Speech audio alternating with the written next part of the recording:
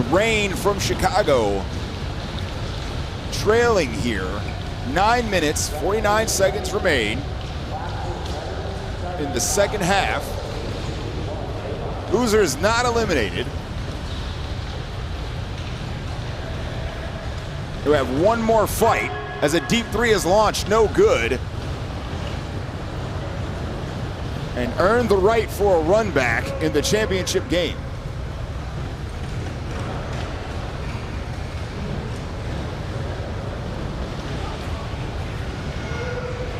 Mark's gonna hit the corner. Recovered well, clears it out. Stan Miller.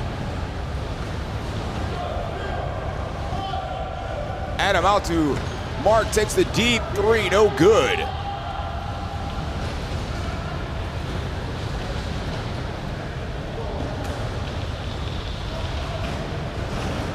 Sean looking to set up here.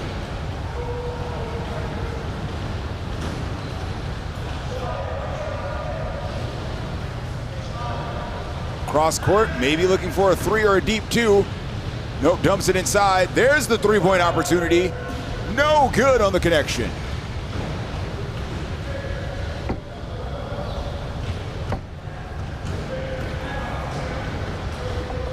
Nathan looking to make his way up court as Brandon tries to split the defense.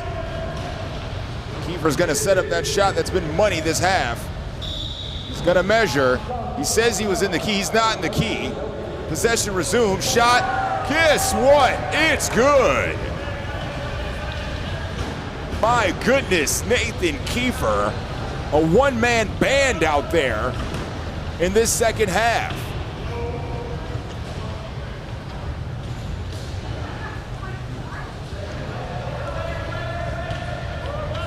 Seattle running the old 2-3 or 3-2.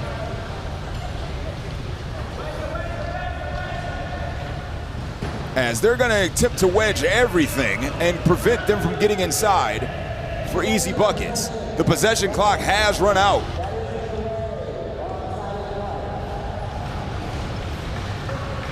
And yes, that is a delay. Placed it on the wrong side of the cart. You have to place the ball on the side closest to an opposing player.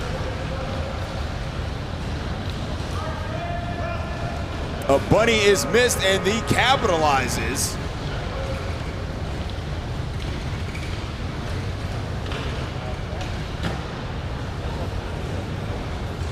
Mark Mills swings it outside to Nate, who has not missed in this half. Stan sitting at half court, looking to direct the offense and defense at the same time.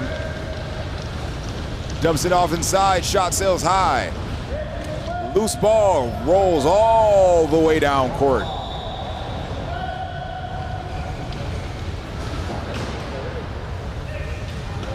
Maddie goes cross court.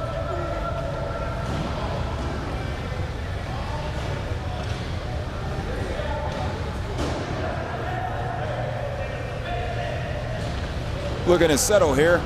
10 seconds left on the possession. Time will become a factor here soon. Long two, does not connect.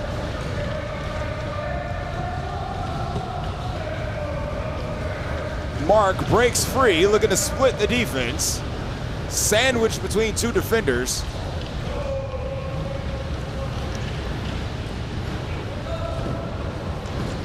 Brandon's gonna break three, shake the long shot and connects.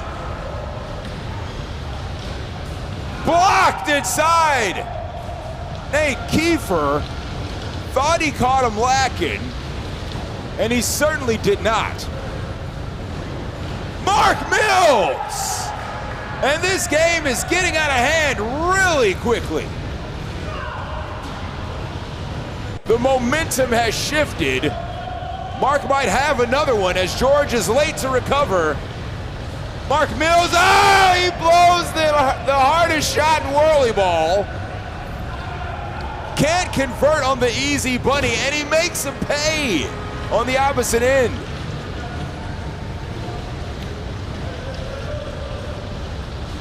A 4-point swing there. As we are under 5 minutes to go.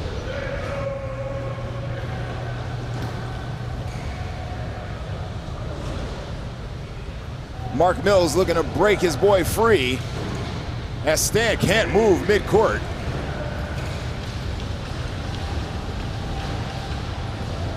Thinks about a deep one, thinks wiser of it. Shot no good, rebound Nate Kiefer. Kiefer has switched back to defense as they want to preserve the lead and going into a more defensive-minded set here. As Brandon and Stan work the 2-on-1 beautifully to get the bunny down. A 3-point attempt here, no good.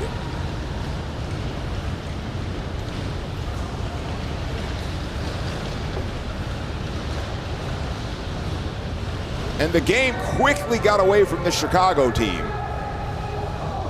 As Stan looks to slow it down as they're in the range where they can preserve a lead. Shot denied. He tells him, get the F out of here. I'm pretty sure he smirks and says, look at the scoreboard, pal. Get that out of here. I don't think there's anything left to say after that one. As a slice of humble pie has been served. Either one I would take. Sure, if that's what you want to give me. You know what? Whatever you want to do. Surprise me. How about that? I would appreciate it. Thank you. And ladies and gentlemen, with 3 minutes remaining in this game, we have officially entered garbage time. As Seattle, Chewbacca has reserved a spot in the championship game. And Chicago will have to fight through the losers bracket. One more game to get there against, from the looks of things, going to be Atlanta. A hard-fought victory. Seattle executed their game plan flawlessly. Deep shot, no good. 2 minutes remain. I'm going to let this one wrap up as we settle in for another A-Division tournament game.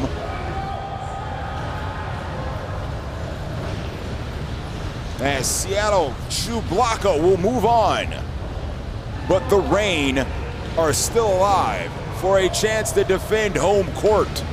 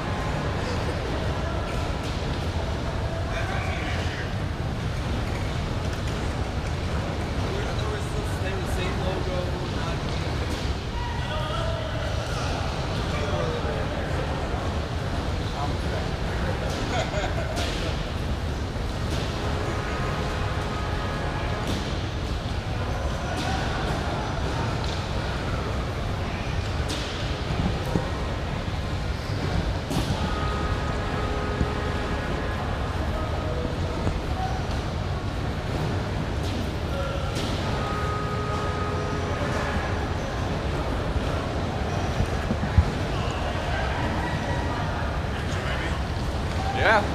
Yeah. If you don't mind.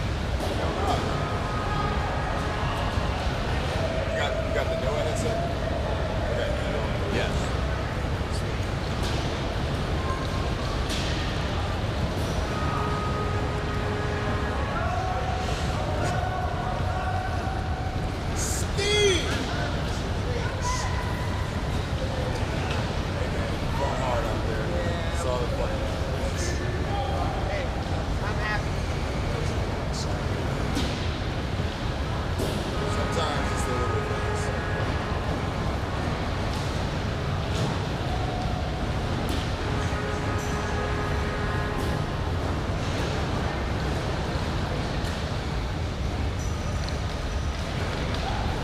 Joe Tiffany.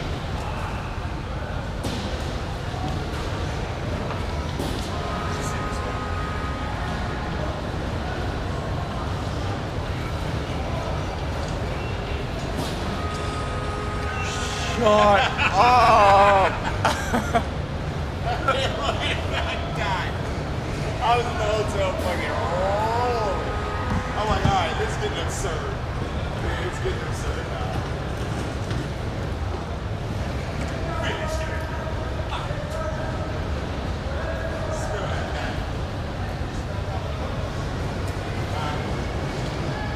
Just found out.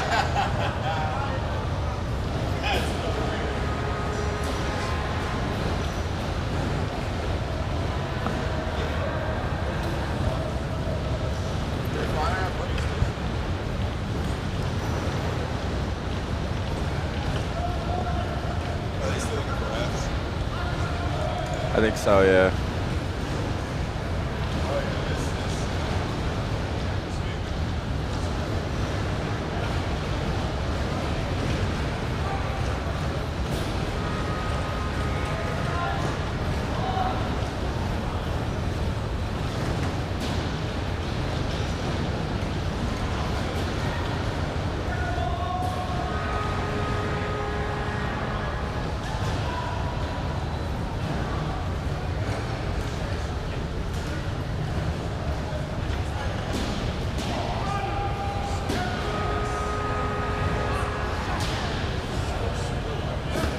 Chili's coming.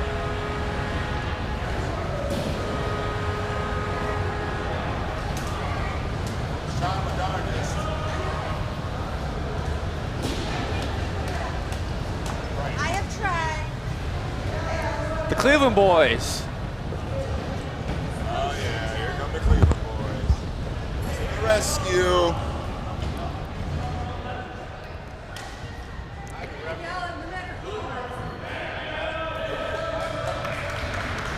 Mic check 1 2 1 2. Can you hear me, Jared? Yes, I can. It is a pleasure to be joined by Cleveland's own Jared Dobies. What's going on, WhirlyBall Nation? Jared, as we get this set to start off the winner side of the bracket, I was gonna say we we got our two announcing perches, so Game is underway. as we start off, Ginger, Spice, and Everything Nice versus the Mixed Generation from Michigan. Loser stays on, winner still gets to fight another day. As we're opening up the first 30 seconds of this game, 0-0. Austin, my favorite cousin, connects for two.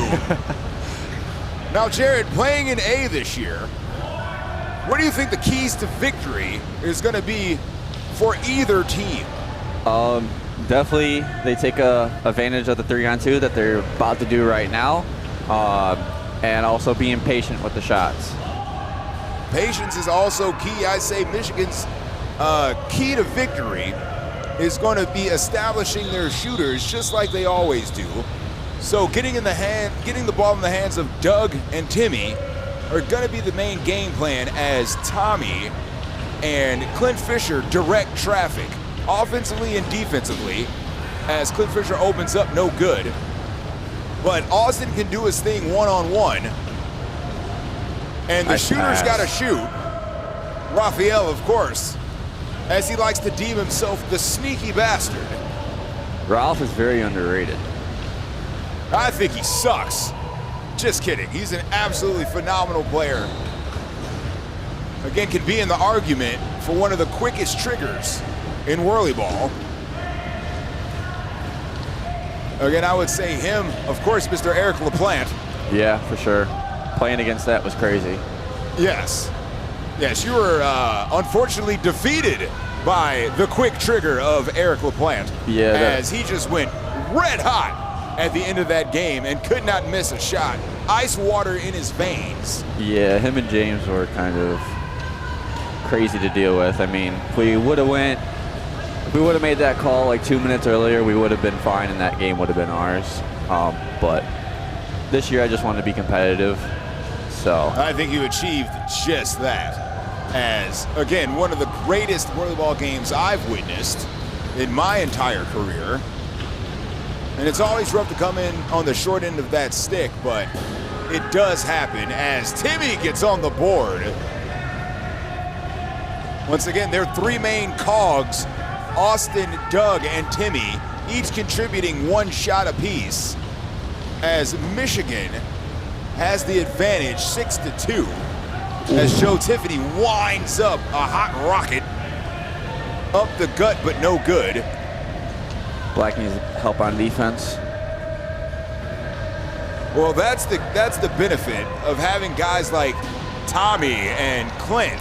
They're very vocal on the court, and they know that if they don't have an opportunity to do something, always defense must be set. But speaking of which, this sneaky bastard, Raphael, gets in for another bunny as he accounts for all 4 of Seattle's points. Doug's gonna line one up from the wrist, no good. As Brad Peters looks to get involved, dumps it off to Joe Tiffany. John Weber creeping up the back door, lets one rip. Buckets! Good. Great shot from deep, contributing offensively and defensively. You know, Sully, some people might say that shot was bussin'.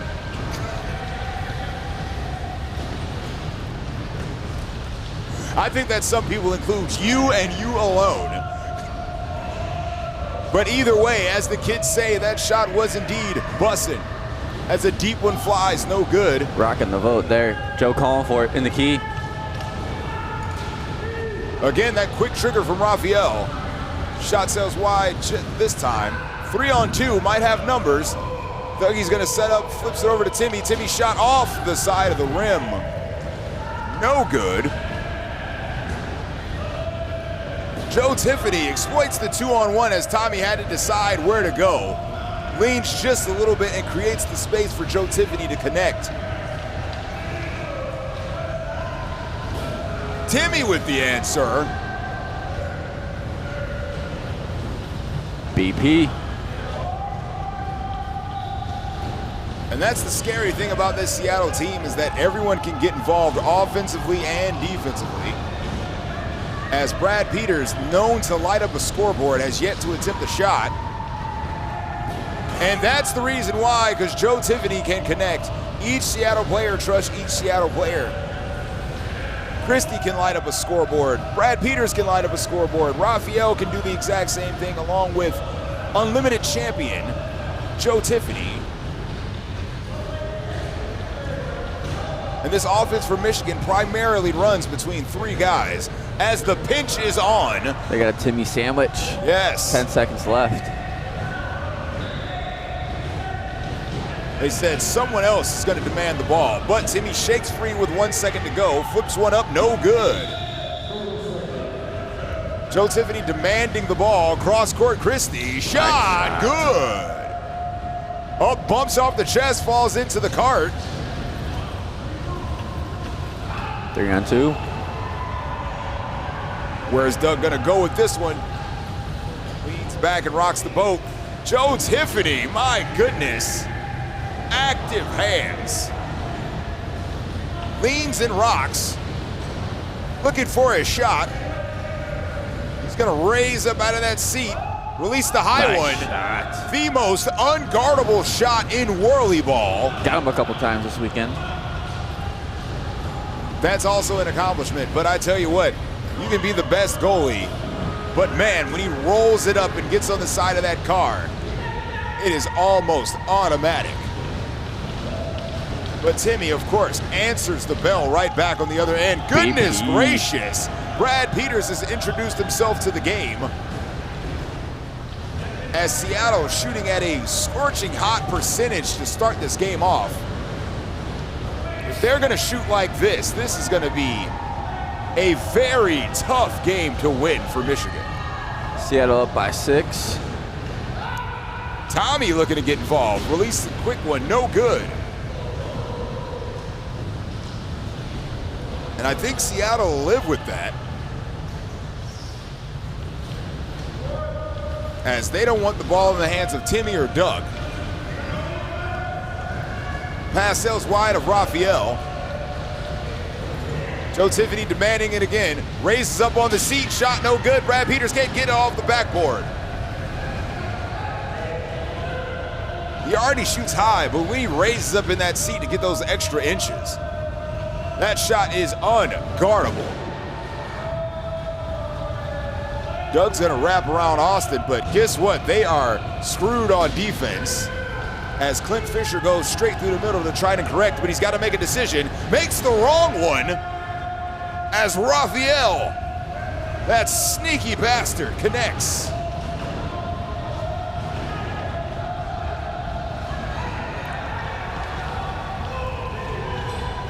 Seattle 3-man with the wedge. Gets the hot pass. Austin rolls it in the back of his scoop to Doug. Doug with the fadeaway. Nice shot. Connects.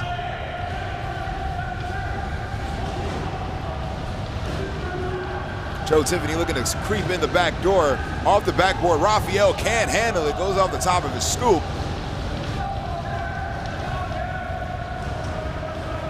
As that play will result in a rare change of possession.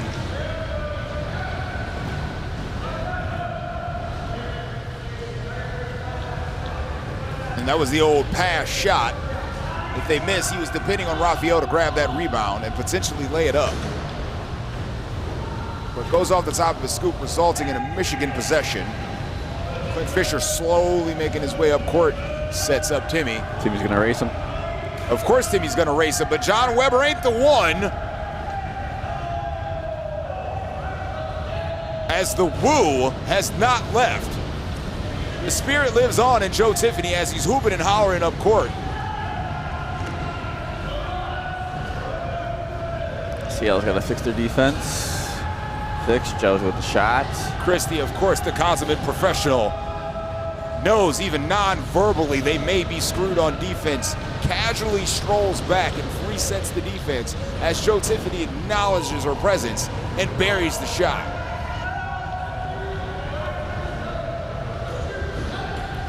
This is one tough Seattle team as they're trying to take advantage of the 2-on-1. Brad Peters has Doug back. Raphael on Doug. He needs the ball. Tommy gonna settle in under Brad Peters. Looking to pick in John Weber. Raphael releases the rocket shot. No good. I'm sorry. That was Christie down there.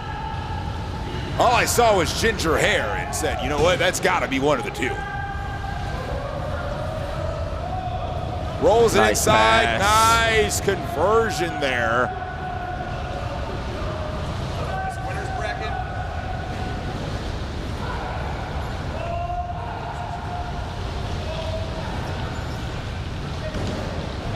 Timmy looking to get set up.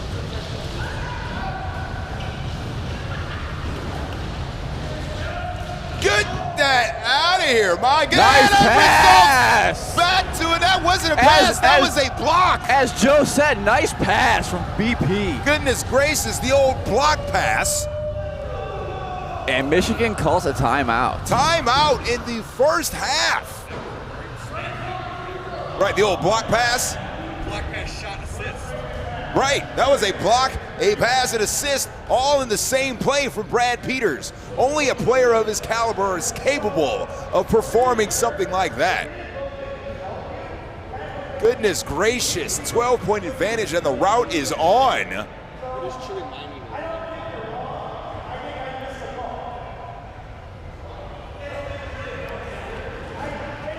What a swing in tempo and momentum. So Sully, what do you think Zach Johnner is talking to Michigan about? Well, listen, and you know, I think Seattle is so mindful of their opponent's game that they realize that Michigan, although historically does play the same style of offense, this team is built around 3 guys. So when they see Tommy come up or Clint come up, they pay them no mind. It's literally focusing on Timmy, focusing on Austin going to work, and Dougie. So 5 people are on the eyes of 3 players. So someone from Michigan, other than those core 3, have to come down and make a shot and at least respect the fact that they can put up another scorer, another shooter, another potential threat. And it might take 2 or 3 in a row to even have them respect the fact that Tommy's not attempting any shots. And minus the other shot that Clint took at the very beginning of the game, he's not attempting any shots. So it's key in on these guys, and that's where they're setting their defense. Their eyes are focused on those 2 individuals because Austin's picking. So if I'm Michigan, I have to establish another shooter. I have to say, if I'm going to draw all this attention, you got to go. Simple as that. And even if it's a miss, it's a threat. So now Seattle has to respect that. On defense, they have to realize where Ralph is on the court and what Joe Tiffany is capable of doing. If they're not going to wedge properly, all he's going to do is raise up and shoot right behind the screen, and it is easy money for a guy like that, a gal like that, and even John Weber is showing the threat of scoring. Once again, I think Michigan has to employ that to say, I don't need you to shoot 40 to 50 times, but I need you to come up and give me space at least. So Michigan's got to play at their pace, and they have to slow Seattle down. I 100% agree with that. Or this game, albeit only 12 points, could balloon into something that is unmanageable, and they might be on to the next game in the first half.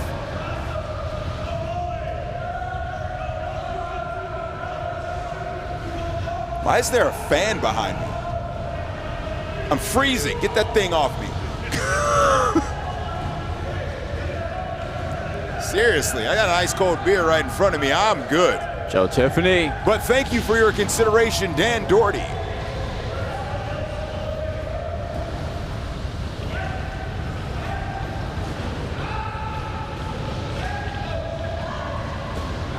Shot sails wide. Timmy looking for a scoop foul. Won't get it. One pick, 3 on 2. Tiffany, ever present on offense and defense. Nice Shot is good. The 3-on-2 worked to perfection. 3 on 2 for Michigan the other way.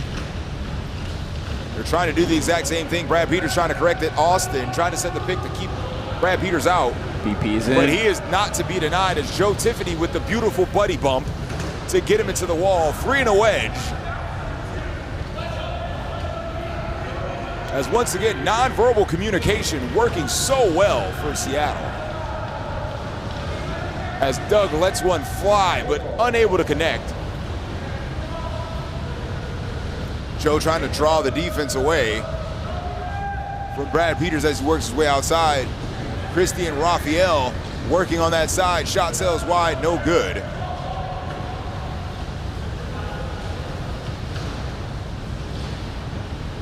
Tommy looking to push the pace here as they have the 3-man wall at half court.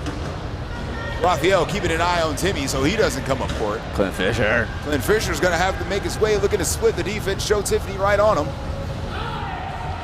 Austin looking to go to work here. 3 seconds left in the possession. Gotta let one fly. Does not connect. Christie's gonna scoop up the loose ball into Raphael. Quickly over to Brad Peters. Brad Peters, long shot. Good! What a transition play there set up on a simple rebound. Quick ball movement. And the fadeaway connects for Brad Peters. Doug with scoops all over him. Behind the back pass gets into Austin. Austin looking for help, finds Timmy. Timmy finds a window, shot too low.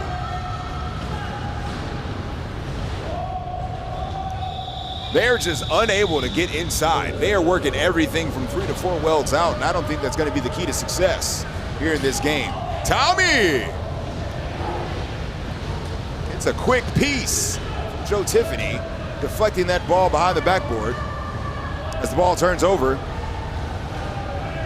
50 seconds left in the first half. A 16-point advantage in a shocking turn of events. Austin's got to go to work, but kicks it to Doug instead. Gets the shot, no good. He might have had time to kick it inside to Austin as John Weber broke on Doug for the screen. Raphael, no good, no good, good! Michigan's got the last shot if they want it. Offensive rebounding. Clutch inside for Raphael. And yes, last possession here. 5 seconds. Gonna have to settle for a deep one. No good. Rocks the vote on that one. As the first half concludes in dominating fashion, Michigan down by 18.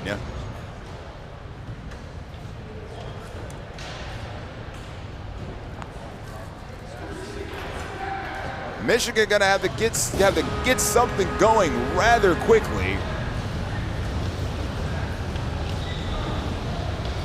And Jared, if you're Michigan, what kind of halftime adjustments are you looking to make? I would say try and get Dougie and Timmy free.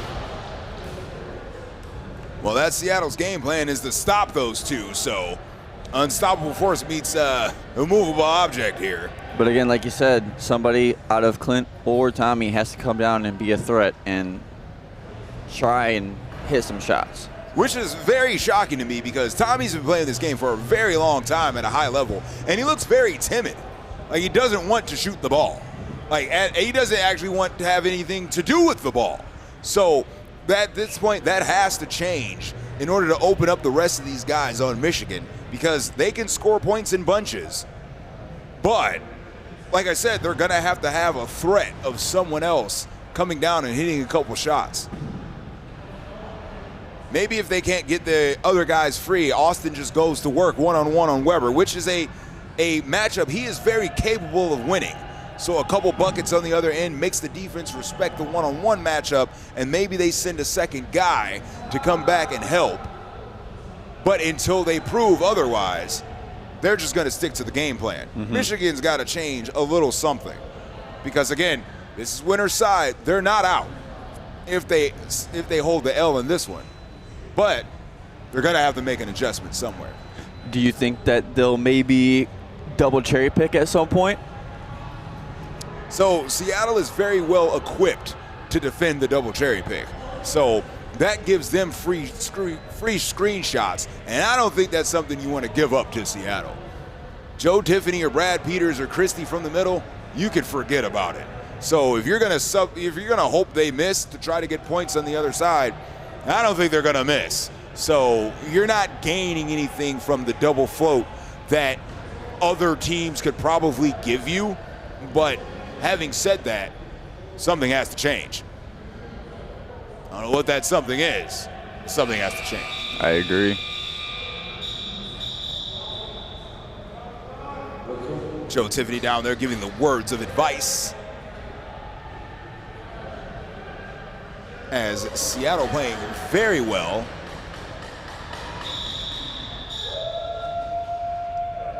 And I'll probably give him the award for the cutest jerseys of the tournament. Those are very clean jerseys. Clean.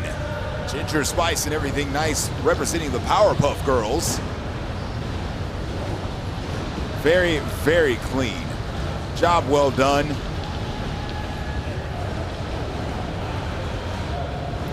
Second half about to get underway. Here we go. Now another story of this half is Michigan does have the better cars. So will they be able to string enough buckets together to cut this lead down to something manageable with about halfway through the second half? As the opening shot does not connect there. Playing 5 back now. Timmy going. Casually strolling his way up court as Joe Tiffany respects the fact that he's back. Doug's gonna break free. Timmy looking to hold the bumper of Joe Tiffany. Joe Tiffany calling someone back. Brad Peters, Johnny on the spot. Shot no good. Rebound. Doug had a chance at it but couldn't corral it. John Weber quickly to Peters. Peters, goodness gracious. You want to talk about quick triggers. Maybe I should throw him in the conversation as well. And Brad Peters loves to play inside, loves 2 to 3 welds. And he is so hard to defend, so hard to block. Give him the sliver of a window, he's gonna go through it. Austin looking to go to work. Looking to go to work on Christie, backhand, no good. A shot he is very capable of making and burying. Joe Tiffany gets out quickly and buries another one.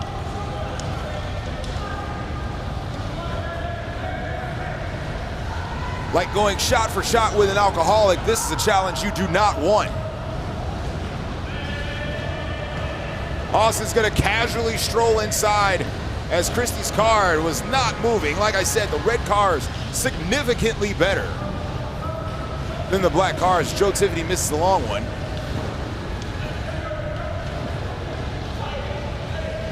Austin looking to go to work. Gonna set up Doug. Doug's checking his defense. Weber with the tall scoop. Doug's gonna think twice. And there's the patient play from Doug. Doug actually gave Raphael a little bump there. Gave him some momentum. As Christie sneaks on the outside, Raphael sets up. 3-2. There it is. Hand down, man down. One of the quickest guns in the West. You cannot sleep on Raphael. Christie casually goes cross court to Brad Peters. Sandwiched between Doug and Timmy. Weber's gonna come up here looking for options with 7 seconds remaining here in the shot clock. Shot, no good. Ow, ow, ow, ow, ow. 2-on-1. 2-on-1. Austin gives Joe the look. Just a bit tall for Tommy as he tries to deflect that. Doug gets a piece of it. Well aware of how fast Raphael can shoot.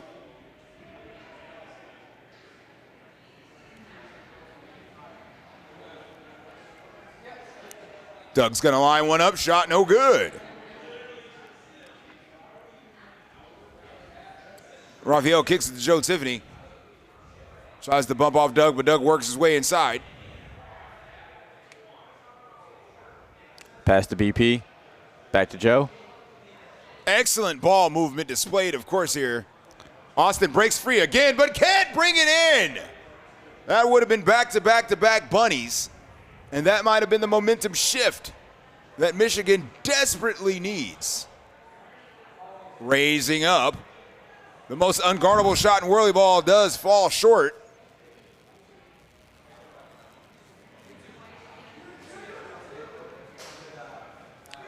Doug slings one low, no good.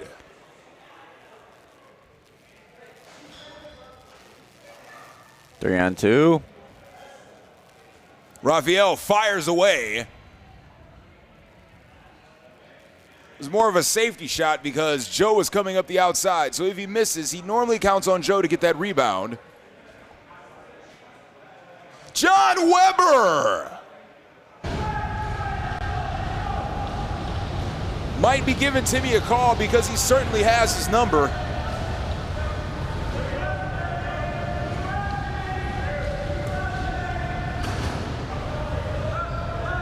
Doug leaning outside the car, trying to get a block here. Brad from the middle, no good.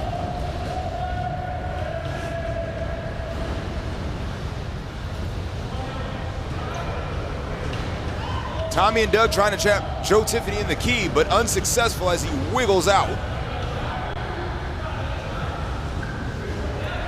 He wants it, rolls up, shot, no good.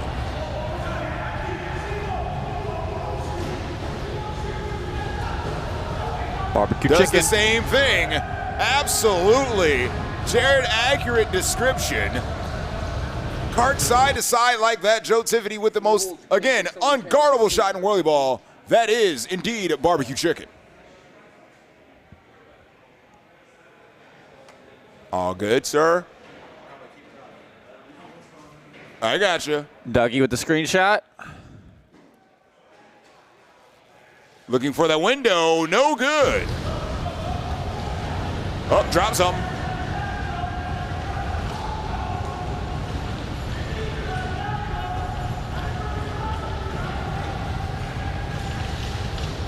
Jared, I think I'm gonna spend, nice block, Tommy. Jared, I think I've been spending an entire offseason working on the patented Joe Tiffany roll up the side and get the high shot going. Oh, yeah. I may be only 5'11", but I feel like with that type of stroke, you could be almost unguardable. I feel like you could do the same thing. My goodness. Yeah, I might have to do that. Develop that shot. My goodness. You're already a sharpshooter. But if you have that inside game to be able to just roll up the side of the car. As Joe Tiffany laser beam straight down the middle. 22 points. Michigan's going cold. Yeah, I think the momentum shift was when Austin missed that pass inside to get the 3 straight bunnies. And it just kind of spiraled out of control. Redemption. Speaking of which, Austin does the exact same thing. Rolls up the side of the car, adjusts his body, and dunks it. John Weber, no good. Tommy slaps it out of bounds as Clint Fisher cleans up the mess. Whoa! Frustration sets in for Doug as he chunks up an uncharacteristic miss.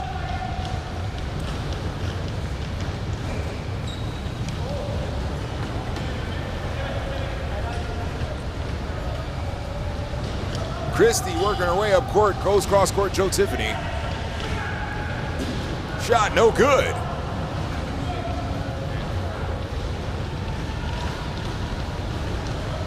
Tommy, looking to make his presence known, goes inside to Austin. Austin flips it up to Tommy. Tommy swings it to Doug. Doug shot, no good. Once again, shooter's got to shoot. BP. Goodness gracious, the big bump creates the space. Dropping Timmy off at school. Don't worry, Daddy will pick you up later. They got a Timmy sandwich over there. Doug with the 3. With the deep 3. Michigan not willing to give up the fight. Plenty of time left. They just got to string up some shots. Buddy bump to Christie. Sets up Brad Peters. He's looking to fix the defense first. Shot sails wide, no good. Clint Fisher. Oh, goodness, watch your back. Can't forget Joe that. Tiffany is there. He said, I didn't touch nothing. Joe Tiffany. Joe leans and rocks, spin move. Where are you going, Tommy? You're going nowhere. BP. Big bump, automatic.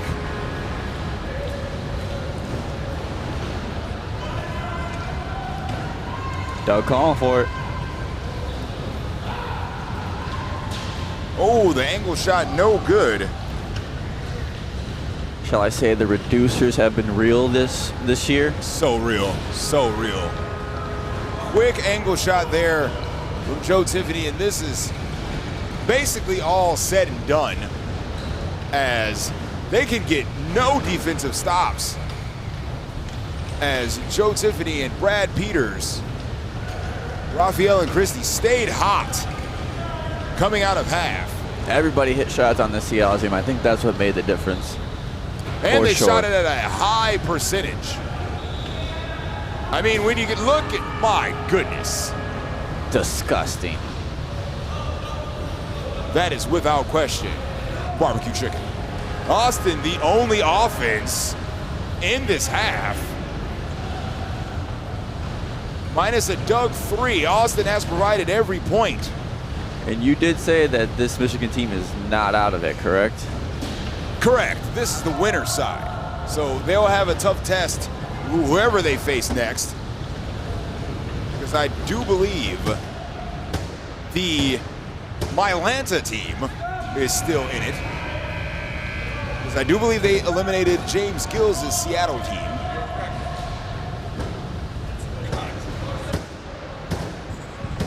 Controversy. I'd have to hear the story behind that one because I don't know the controversy. All I know is that they went in overtime and nightmares put them to bed. Michigan call a timeout, or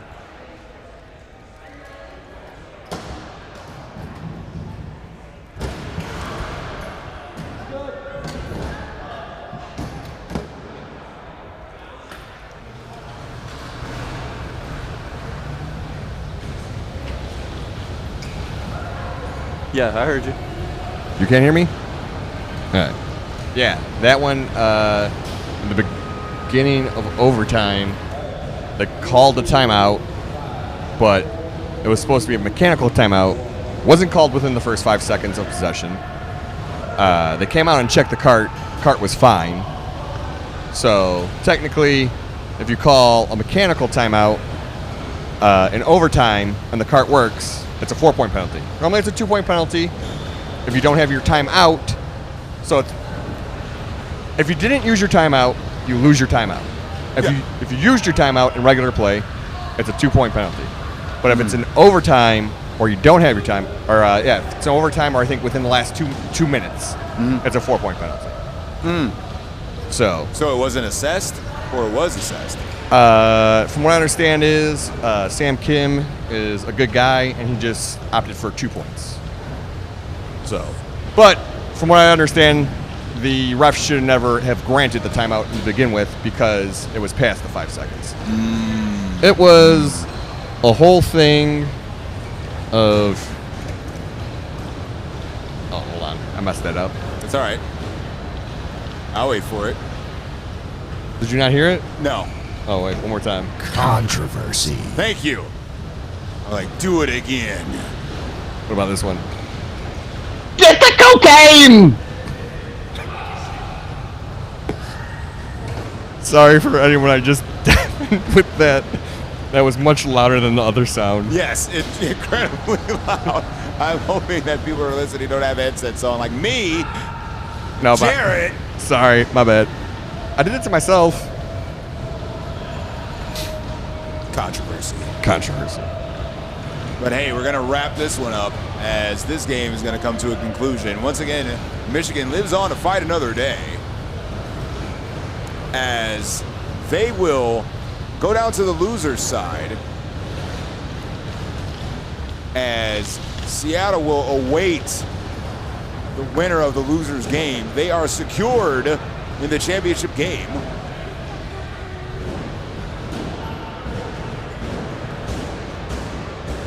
Oh. Wait, Michigan versus Mylanta? Ah. Oh. Oh. That's going to be a good one. Raphael, that sneaky bastard, connects one in for two as this one will wind down Big shot from the only offense in the second half, Austin.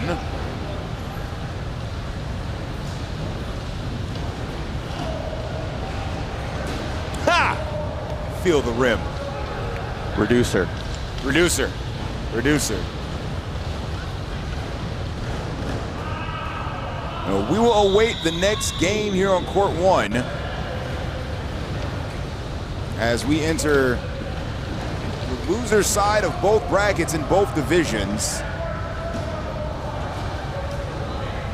Joe Tiffany, my goodness.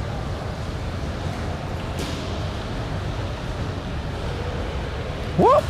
Say whoop!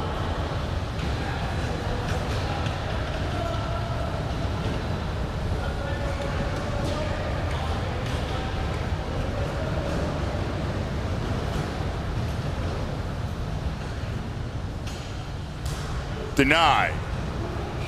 Denied. Game. And that will do it. 52-28 is your final. As Ginger Spice and Everything Nice will move on to compete for a national championship, as the mixed generation will live to fight on another day.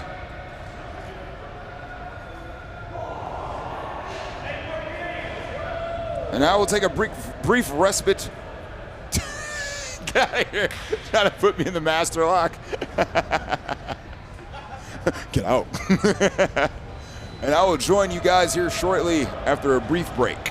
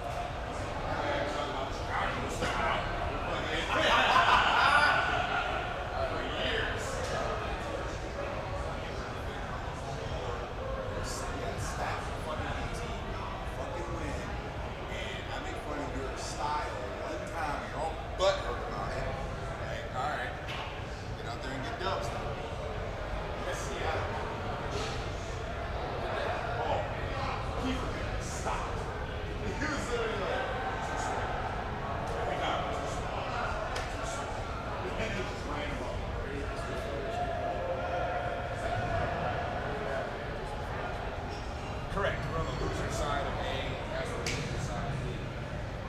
Winner that after these, after these will both be championships. Yep.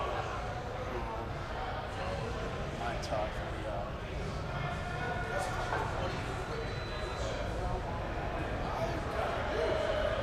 this thing, I kinda do. this thing is going to be a bill that's going to be like a large doctor's bill. The guy texted me like 2 days in and said, you remember the, you know, the $8 a day charge? They texted me about 100 gigs.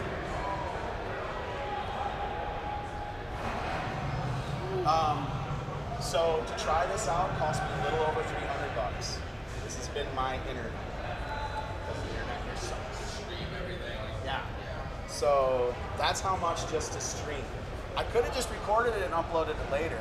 That money I spent years ago. You know, this thing is around. There's two of them, and they're two different models, very similar. This one is an ISO. I've never used it, but this one, I could set this up to record all channels. That way, if our person live hit the wrong camera, oh, we had a better camera over here, it'll have an editor file that you can open up in video editor programs, and you can just say, well, we did this instead. And it would just change the program, and you click save, and then you would upload that to YouTube, and people would be like, man, I don't remember this angle for that if they're paying that much attention. But that's how cool this thing is. So this one's more expensive than the one down there. I have a third one at home that can't live stream on its own. But I have these two live streaming devices I use to use Seattle. So right here, this is just relatively easy, cheap here, but this is necessity. Because you need your computer to plug into this, you need this to plug into this, so you can talk to it with the computer. Because then I can be swapping graphics, and I can be putting graphics in that. But I don't have the attention span to sit here and do it. I really don't know where I almost have to bring something here that's like, all right, this is WhirlyBall. Yeah. So you're gonna sit here all day. I'm gonna feed you. We're gonna pay you. Like, that's ridiculous. When I get to that point, that's ridiculous. That's when I start rolling up in the roll the big Ethernet cord up here, because that's all I really need. The internet's out there because these buildings suppress signal. So even this thing, if I had it outside under a tent or something, I'm sure it'd have good signal. I just have to get this Ethernet cable has to go out the door. But what's funny is people like, man, why that's his job? So he has it as a work truck for his just being school. Say, how much do you need? That'd be in the Whirly Freak truck. I'd be like, we need that. Go into some center I've never been to. Oh, I got all kinds of cables out. Yeah, just load up the truck. Just take everything. See my pipe dreams. You have to be like, money is not a factor. How long did it take you to figure all this stuff out? Years. This is COVID. Right at the lockdown, I bought the $300 one. I didn't need it to be able to do live streaming devices. So with that one, I have to take the program out that we're looking at here and plug that into my live streaming device. And then after COVID, when I had money, I bought that one, and then I bought this one. Because I just thought, oh, the ISO, that's cool. Because when we get to the point where we're doing multicam stuff, I can set this thing to record all the channels, and it's going to create that file that we don't talk in a particular editor. So at that point, I'd have to purchase a video editor.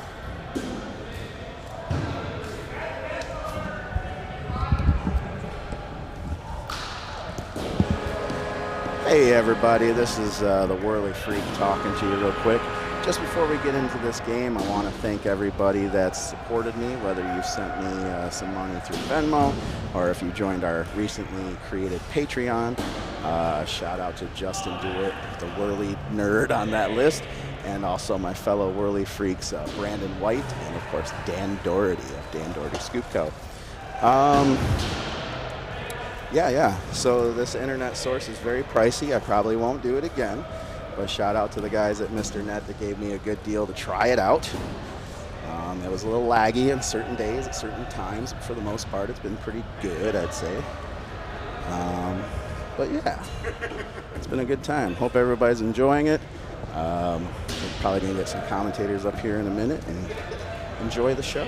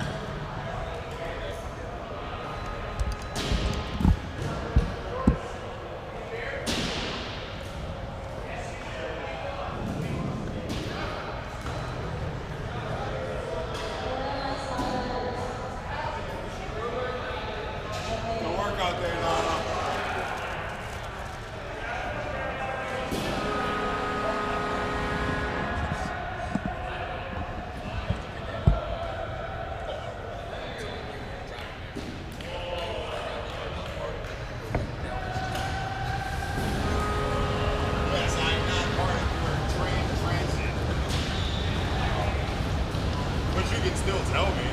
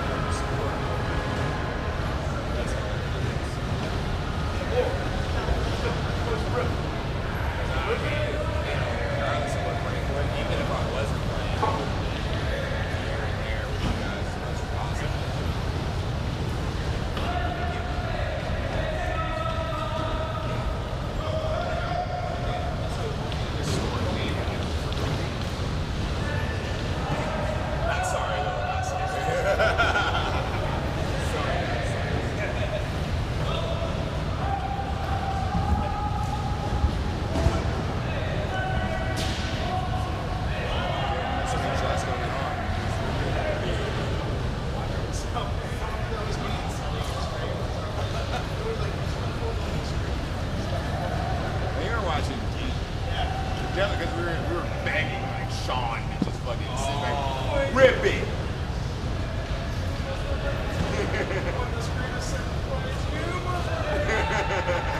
Possession one now, you must whip it.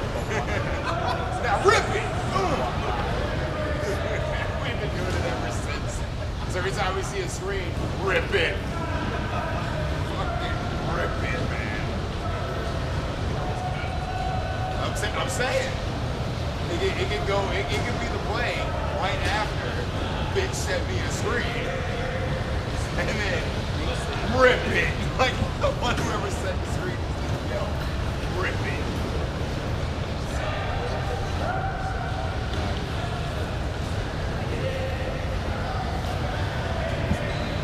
Put me live. Noah is 3. That's the Noah headset. It is 3. Yeah. He broke it down to me like a fraction. As we are live and underway in the loser side of the A Division tournament, as Mylanta has fought their way through the losers bracket to get the opportunity to play this game against the mixed generation, which should be a very exciting affair. As again, Austin, forehand. First of all, that is not Sully. Put some respect on Austin's name. Multi-talented, announcing and playing simultaneously. Remember, all of us do not look alike.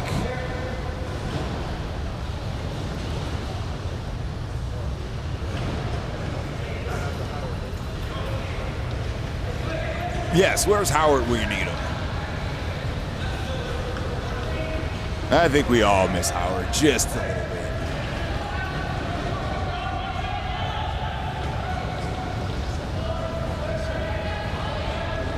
Timmy connects on the long one. Quickly out to Kyle. Kyle's gonna bump off Doug's shot. No good. The proper play was made. When you sit behind that screen, you must rip it.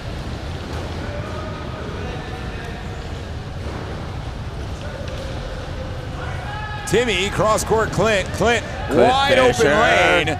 Miscommunication between Nightmares and Kyle Phillips as they allow Clint to streak up court for 2. Once again, this is loser go home. Winner gets to face Ginger Spice and Everything Nice. The mixed generation looking for a run back. As quite frankly, they were decimated in the previous game. But this team has put up many points on many different teams. And if anybody has the ability to bounce back, it's this mixed generation team. Austin demanding the ball. Shot no good. But this Mylanta team full of veterans will certainly not go down without a fight. And for those that don't get the reference, Beckett, Mears, and Kyle Phillips are from Atlanta. And their team is, goodness gracious. Sam Kim falls out of the car as the seatbelt disconnects. Timmy checks on him and he is okay.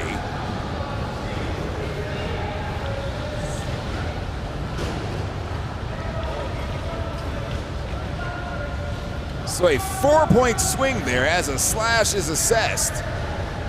And Timmy able to regain his composure. Dunks it in for 2. Clint Fisher denying the cross-court pass to Sam Kim. And as I was mentioning before, BJ and Sam Kim are from Michigan. So Mylanta, Michigan, and Atlanta.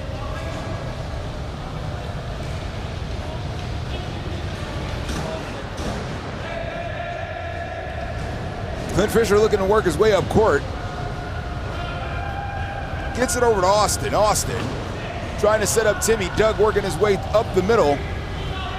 Deep shot. Nice shot, Austin. Great shot there.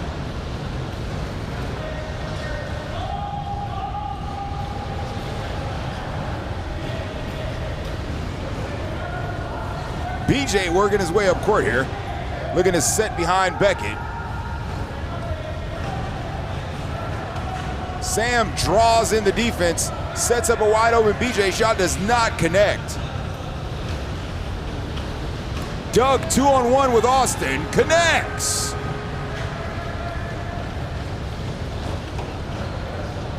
And the early scoring spree continues for Michigan.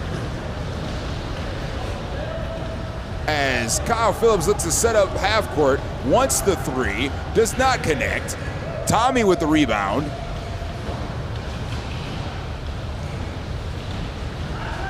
Sam Kim defends Timmy very well. Tommy looking to set up, says go behind him. Austin says no, off the side of the rim.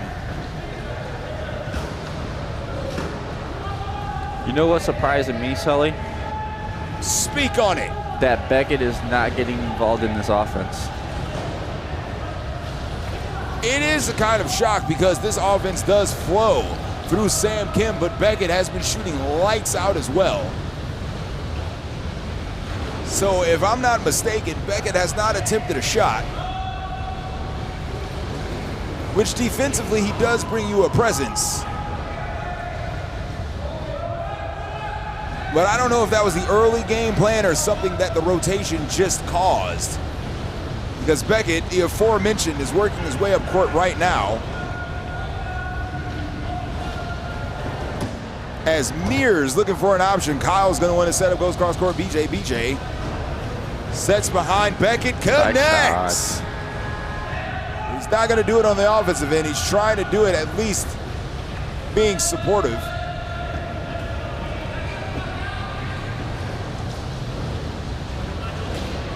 Forehand shot by Austin, no good.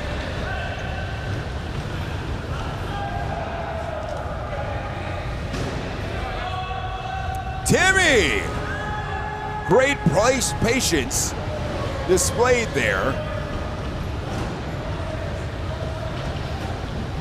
As Clint Fisher gives him the old buddy bump to set up the wall.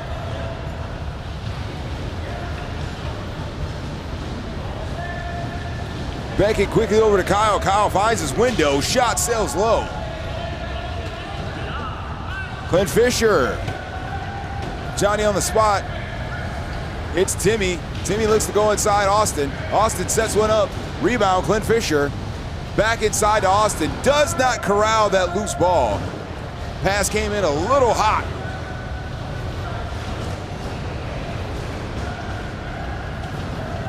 Kyle Phillips looking to work the offense. Sam Kim sets up. Takes a bump from BJ, but they are screwed on defense as Clint Fisher looking to keep out either Kyle or BJ to set up the 2-on-1. It is corrected. Deep shot connects. Great shot there. As Timmy's gonna hit the spin. Has not seen a shot he won't take, but does not connect on that one.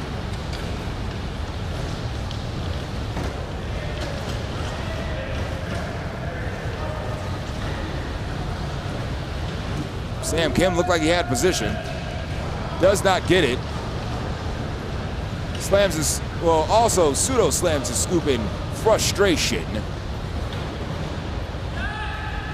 Doug, no good. As a fight for the loose ball is won by Beckett. 3-on-2. 3-on-2 opportunity. BJ, no, Clint Fisher, too tall.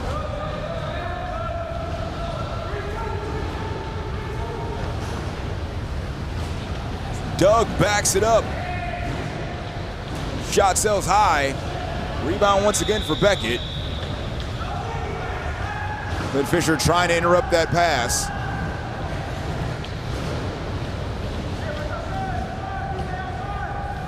Beckett trying bumps. to get up court. Trying and succeeding a little bit. Goes off the bumper. And the instant offense of BJ is keeping Mylanta in this game.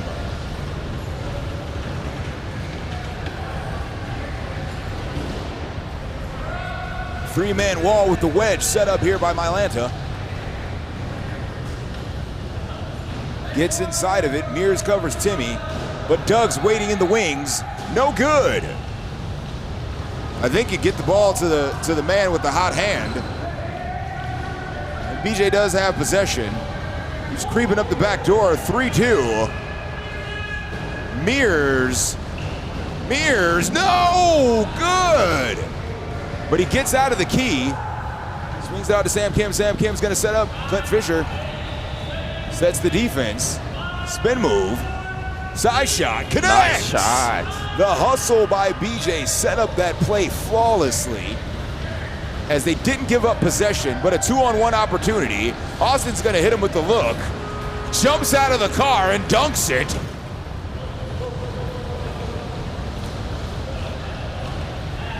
Laser focused. BJ once again has the majority of the points for the Mylanta team. Timmy shot no good.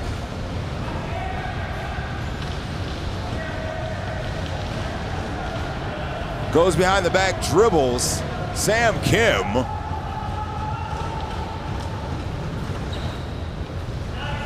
Thinking about it. Beckett, as Jarrett mentioned, going to get involved in this offense. Shot goes wide.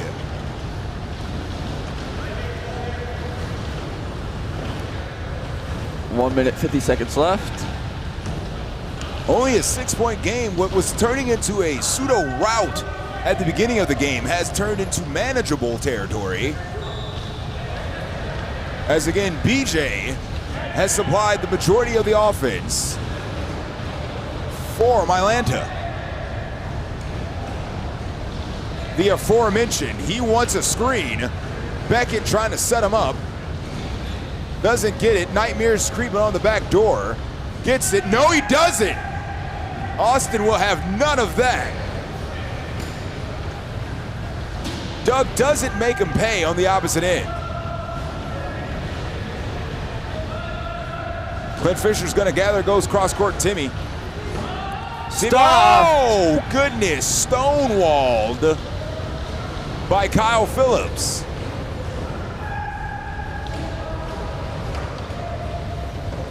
Sammy Goodness gracious. An uncharacteristic turnover. Threw it right to Timmy.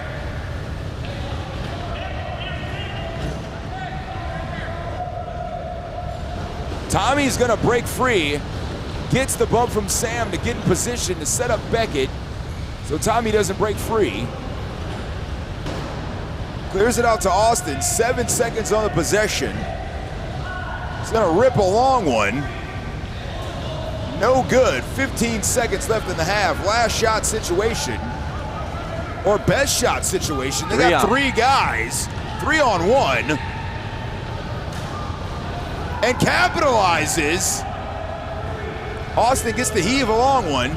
Oh! That's why you fight for the last shot.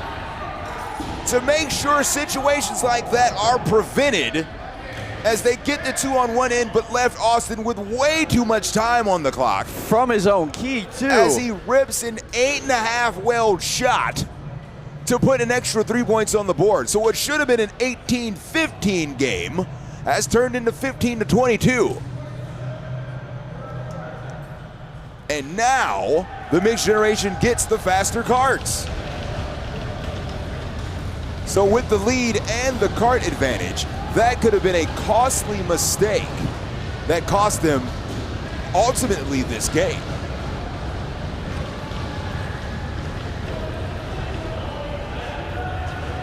Now, halftime adjustments. Tommy, again, the consummate professional on this team, basically the coach on the floor. What kind of adjustments do you think this Mylanta team is going to have to make here in the second half? It's only a 7-point game. I mean, it should have been 4, but here we are. So what kind of adjustments do you feel that Mylanta is going to make in order to crawl back into this game? They got to send Beckett up and start cherry picking and have Beckett start going one-on-one against Tommy. One thing I have noticed, they have not taken advantage of the smaller goalie as Clint rolls out. So I agree with you. There are some one-on-one situations that could develop down low against Tommy, although Clint Fisher is so quick on the recognition of mismatches that they might be able to cover it. But Austin has been scorching hot this first half. And on the opposite end, BJ is keeping him in the game as much as possible. Outside of a Sam Kim 3 and a Kyle Phillips dunk, BJ has all the points.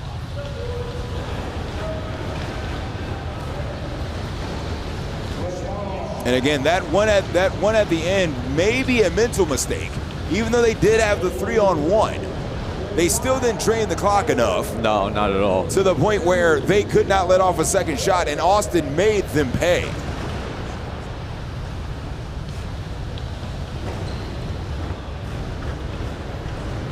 The pseudo Tim Misny of Michigan, Austin.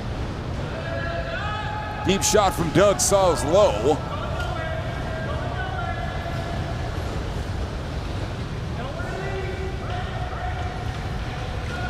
BJ once again looking to get Beckett up court. Beckett's going to take the deep one. Shot, no good. Beckett, although it's his second shot opportunity, looking to find it here.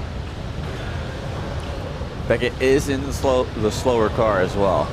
Oh man, he might have to be in a cherry picking situation.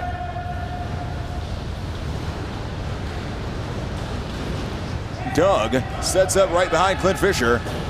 Never gonna miss that type of shot. Rolling in transition. Nice easy screen, no scoops in his face, and he converts. Clint Fisher sitting on the side of that car, looking to get in the face of Sam Kim. Beckett, not aware of the situation, lets a pass sail right past him. As you mentioned, the slow car, he's gonna take this entire possession just to get the ball out of the corner. No way, that almost went in.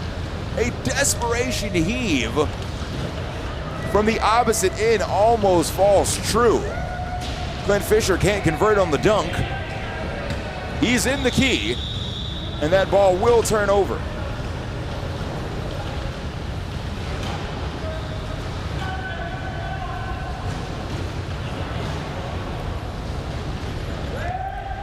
Sam Kim providing some offense.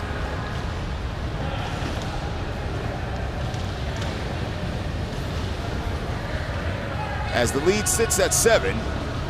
But Fisher doesn't miss that dunk. Michigan's got a high wall. What are they going to do to try and break out of it?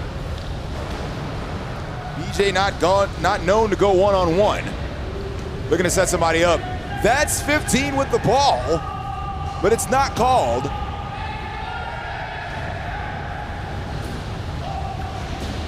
Doesn't make him pay. No, unable to convert. Still nothing.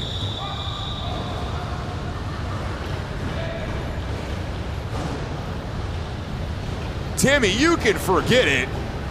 Shot is good. As they put Timmy in the fast car, and as you can see, takes clear advantage of the situation. As the lead goes up to 11.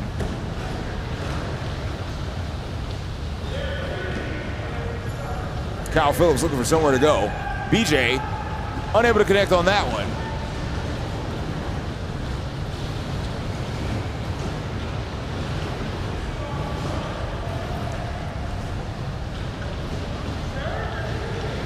Austin rolls behind. 3 Doug. on 2. 3 on 2 still. Beckett doesn't have the car to keep up. But off the top of the rim, Austin goes. There you Kyle go. Phillips is going to try to hold that Clint Fisher's bumper. Unsuccessful. Beckett inside Kyle. Kyle can't convert. Looking at the referee's booth. Potentially for a call. I would say he's more frustrated at himself for missing that shot. Mylanta finally made the changeover to Beckett over at Cherry Picker, putting that slow car over here at Cherry. And Sam Kim unable to convert on Beckett's screen. He's slowly trying to make his way up court. Timmy gives BJ a laugh. Clint Fisher's in.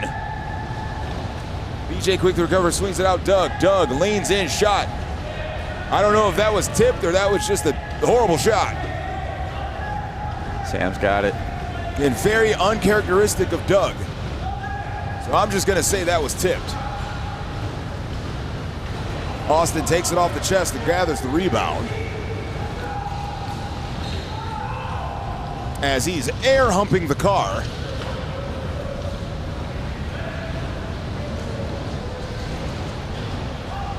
Oh, fumbled inside. Can't convert. Again, either frustrated with himself or, again, looking for a call potentially that he won't get. Nice shot, Goodness gracious, Timmy, Johnny on the spot.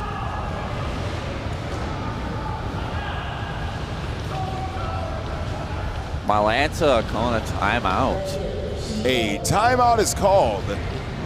Down 13. And time to make some adjustments. As a car change is in order, as they're going to put their hottest shooter, arguably, BJ in the dog. I wonder what strategy they're trying to employ with this one.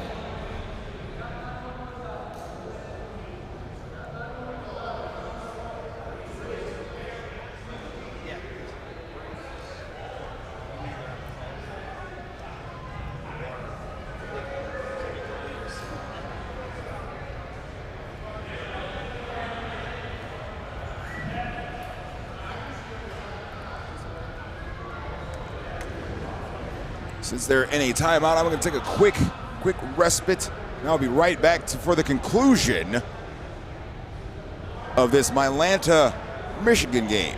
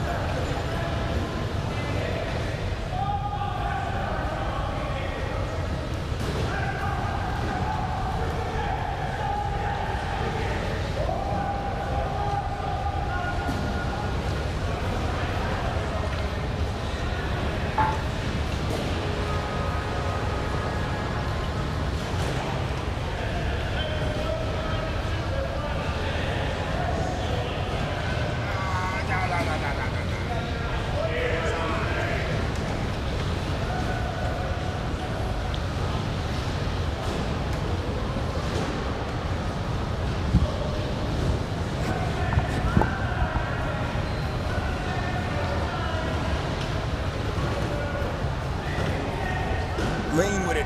Rock with it. Okay. Yeah.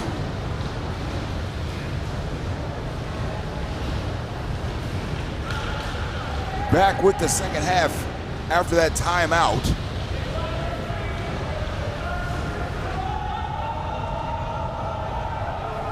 The Atlanta team finds themselves in a 17-point deficit. As time becoming a factor here.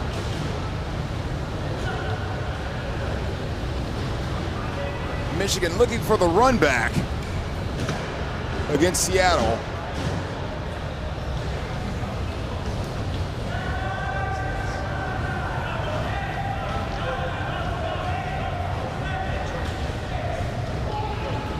Big shot by Timmy Sales just high off the rim as Beckett gathers the rebound.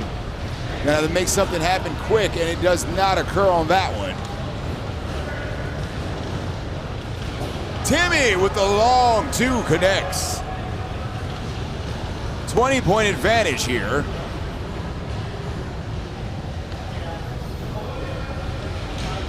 Sam Kim answers on the other side with a three.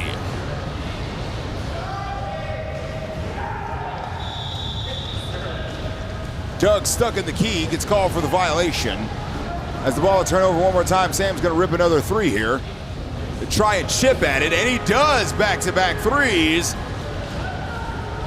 Looking to go on a run. The lead is cut down to 16.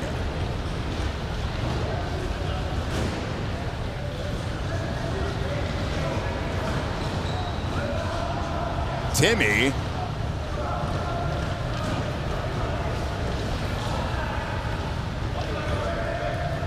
Austin looking to set up behind Clint Fisher. Draining as much clock as possible. Shot connects. Austin remains scorching hot in this game. Sam Kim rips another one no good as the desperation three-pointers are being set off here.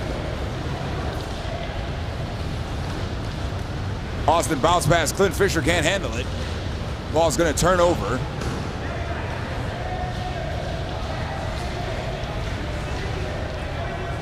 Sam Kim looking to get free. He's gonna lace a deep one, no good. And this may be all she wrote.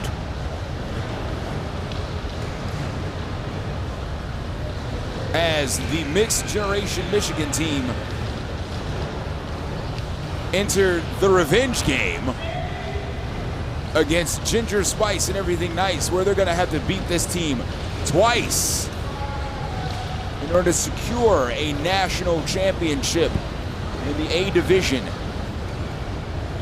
Meanwhile, in B, Chicago gets past Atlanta for their run back against Seattle. Chewbacca has to face an L twice in order for Chicago to defend home turf and win a B championship. Sam Kim connects again as he's filling up the stat sheet with threes. But too little too late it will be for the mixed generation team. Doug demanding Tommy shoot, Tommy refusing to shoot. And connects, lets Timmy shoot. Tommy has attempted a total of one shot this entire tournament. Yes, that is a valid thing. I've seen him shoot one time.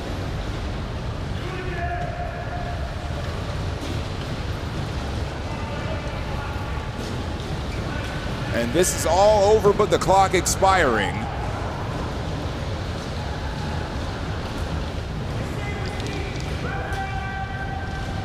As once again, the mixed generation team will head on to the championship game where they have to win twice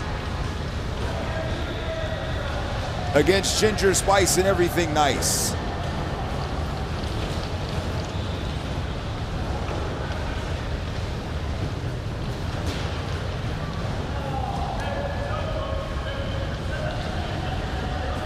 Kyle trying to connect from full court. Timmy connects once again, shooting very well this game. Even in garbage time, Timmy continues to crawl himself into a corner, or Tommy refusing to shoot the ball. As a valiant effort from this mixed bag of A players. A great hard-fought job from them. Mears, Sam Kim, Beckett, Kyle Phillips, and BJ from Michigan put on an absolute show. Once again, one of the better games here in A as they won an overtime matchup to send a Seattle team home. And this being hard fought. And that'll do it here as Mylanta gets sent home.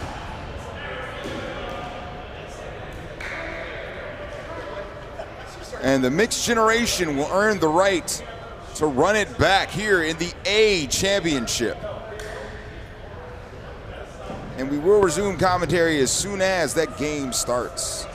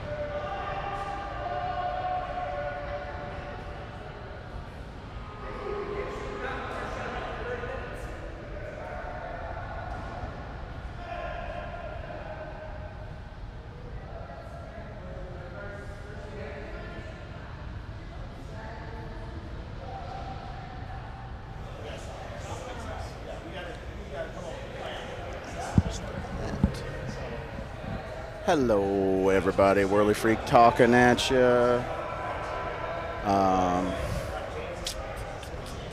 Looks like we're getting ready for the big game here in a little bit. I think I missed some important people that will probably never watch this video, but I want to get the shout out there, especially if there's some people that kind of want to start to do what I do. A lot of the resources I use to learn how to do live streaming stuff all comes from watching YouTubers.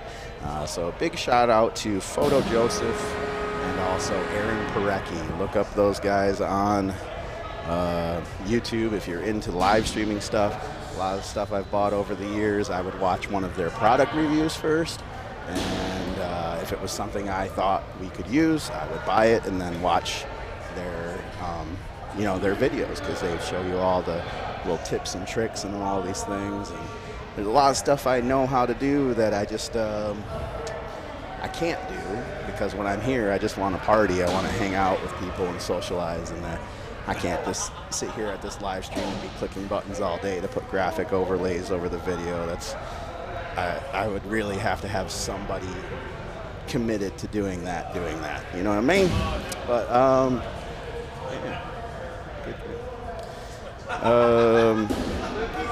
yeah, my brain is mush, so I apologize. Been a lot of sleepless nights. I have a little ritual when I get back to the hotel of charging batteries and making sure everything's fully charged by morning, and it's a little juggling act, but hope you guys appreciate it. Right now the internet's being a little crappy. I apologize for that, but we're doing a backup recording of the whole thing, and some of that's been uploaded already on the YouTube channel. Click video on the YouTube channel for those videos. GoPro recordings will be in the playlist. So once that starts uploading, when I get home, look for playlist on the YouTube channel for the GoPro footage. But I'm gonna go do some stuff. Just hang out for a bit. We'll get this game going here.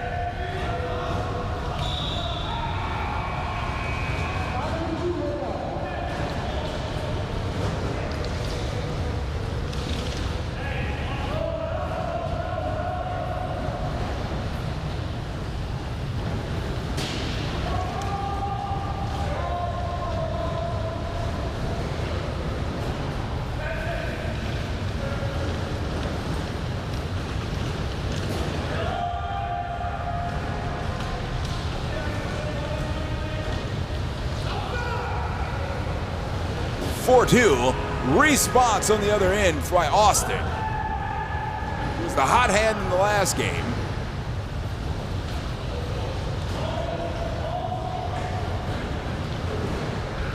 Looks like the game plan, initially at least, is to find where Joe Tiffany is and deny him the ball. As a Joe Tiffany sandwich was created at half court. Christie finds a window and does not connect. Clint Fisher on the rebound, kicks it over to Tommy. Clint Fisher looking to just drive straight up the middle. Raphael and Brad deny him. As Austin dumps it off to Tommy. Tommy wants nothing to do with the ball this tournament at all. Timmy, however, wants all the smoke as he connects for 2 to tie this ball game up. Joe Tiffany denied by the rim. Falls into the car to Clint Fisher. Loose ball scooped up by John Weber. Weber calling for the ball, but is denied. Yes, indeed. Once again, this is the A championship game as Raphael shrugs the shoulders as he wanted to actually put it off the backboard to Joe Tiffany, who had the angle. But 2 points is 2 points, and the result is the same. As Clint Fisher gets on the board to tie the game up. Joe Tiffany's gonna measure here. Fires one off the bottom of the rim.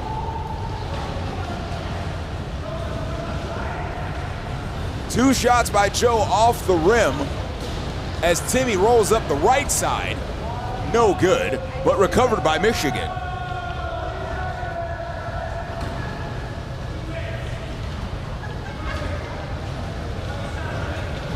Swings the pass over to Timmy. Timmy inside, Doug.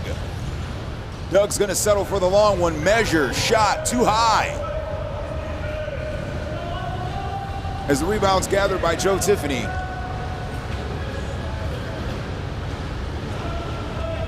Brad Peters, no good.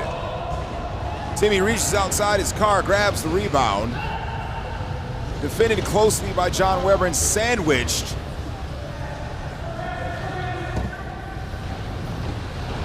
You're going nowhere, Timmy. Someone else on Michigan's gonna have to make a move. Austin might be the one to do it. He checks his defense. Raphael's got Tommy beat. Clint Fisher goes to correct. Shot sails off the back wall. Inside, Raphael still maintained position. Shot is good.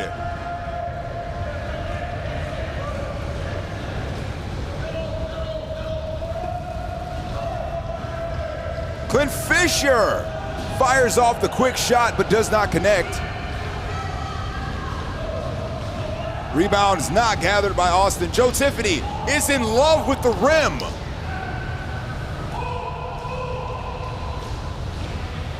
As he just cannot connect.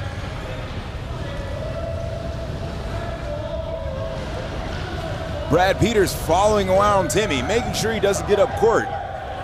Dougie trying to create some space. Timmy finds zone space from deep shot, no good. Joe Tiffany works his way outside of the key. Christie gonna creep up court, gets to Joe Tiffany, swings it over to Raphael. Raphael, measure, shot, no good.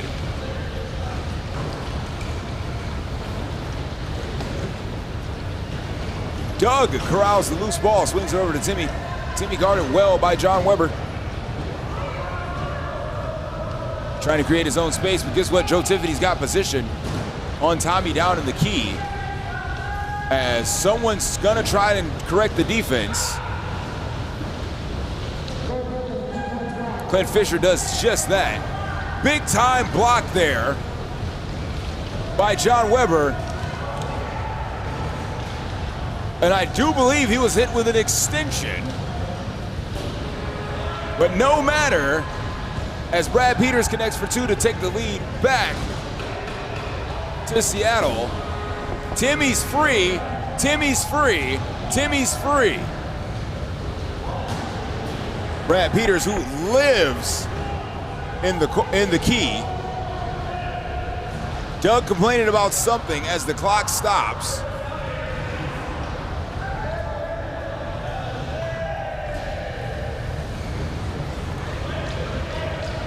I don't know what happened.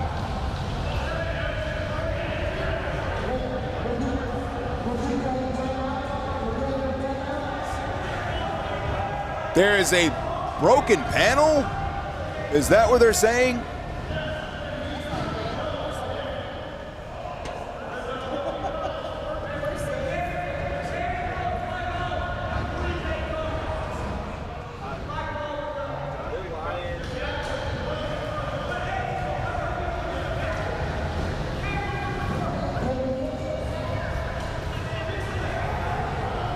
Well, I don't know what the situation was. But it looks like this game's going to resume. Perhaps. Court stopped again.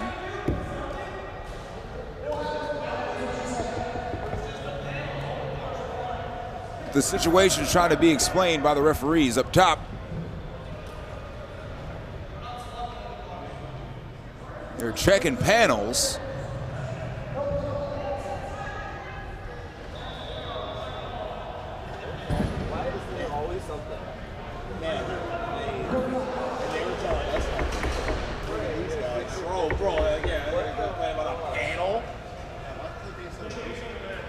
Oh, did you guys score 6 in a row when you get a bad? So, how did you do this? How is this?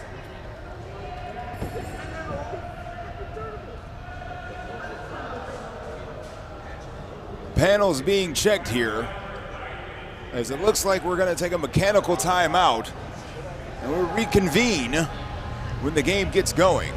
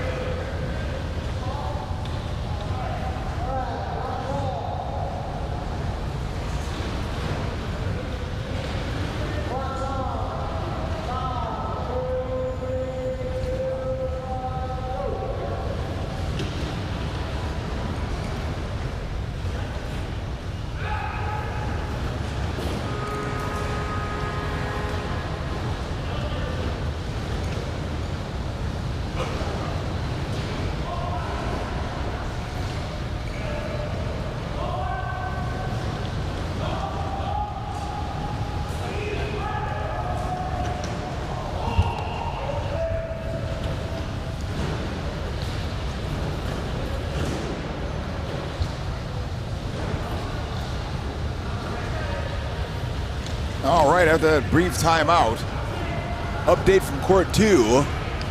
Chicago maintains a 3-point lead, more than halfway done on court 2 in the B championship, where they must win twice to bring home a trophy to Chicago.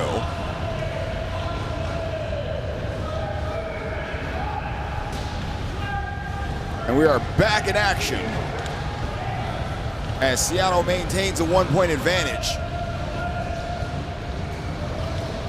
Quick shot by Raphael, no good.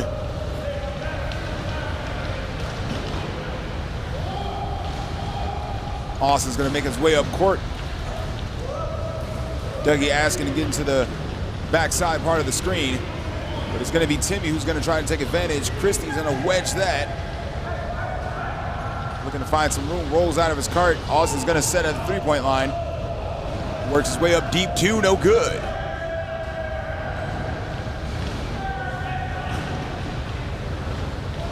Joe Tiffany, Brad Peters, Christie, no good. Disrupted just enough by Clint Fisher.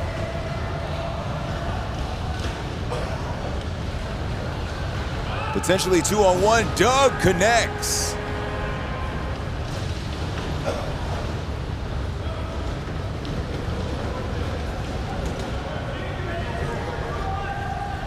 They take advantage of the transition as they take the lead by 1. Correction. Seattle back on top.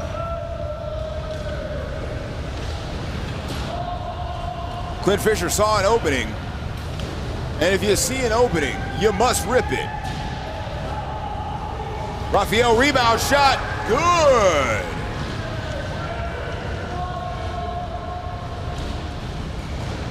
Great awareness there by Raphael.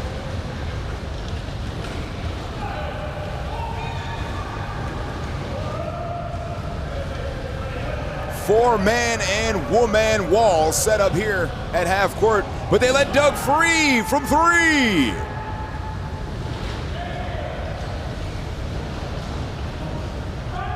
Raphael, Brad Peters behind Joe Tiffany, no good. Quickly up court to Timmy. Deadly with the ball in his hand. Looking for space. Austin pump fake. Cross court, Doug is free. Gonna roll right around Christie, but no good.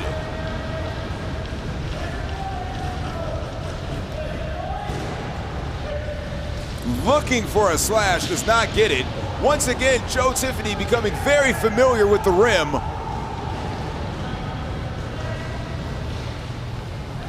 Doug gets it inside, dunk time. Good for 2.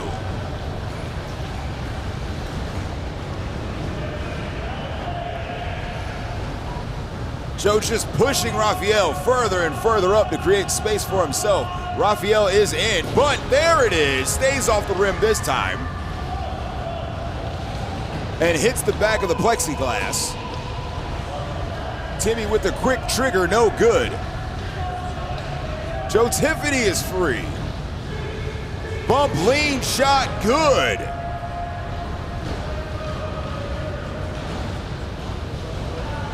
Great play in transition there by Joe Tiffany. As Seattle maintains a 2-point advantage. Doug with the hot hand this half. No good.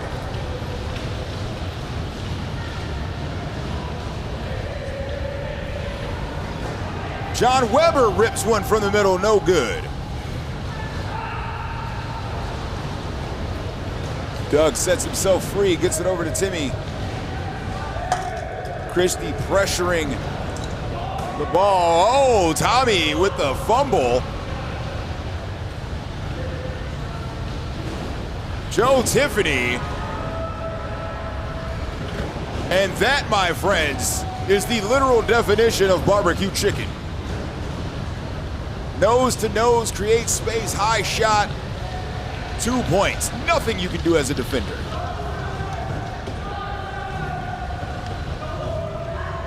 Deep shot, Doug, no good. 4-point advantage, Joe Tiffany wants it. Raphael has it. Oh, and the rim again. I know, even on his passes, it hits the rim and deflects to the wrong place. Big time block by Brad Peters.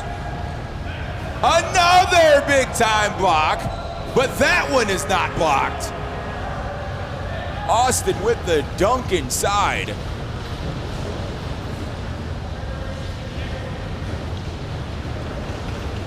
Cross court, Joe Tiffany finds Christie screaming up the middle, sets behind Brad Peters, and that connects for two.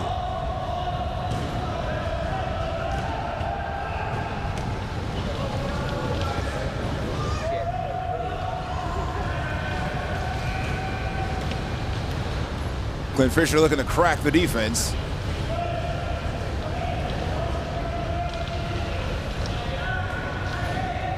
Timmy gets the lean, takes the bump, goes cross court. Austin rolls one up the scoop, no good. Peters, no. Rebound, Ralph, no.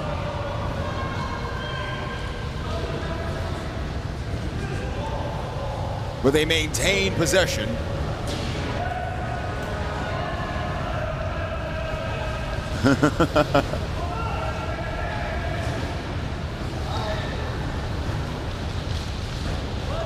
Shout out to the baby Batinia.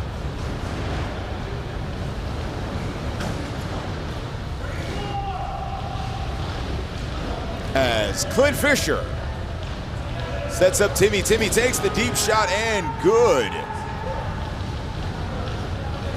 4-point game here. Swings it over to Ralph. Ralph, quick with the shot, good.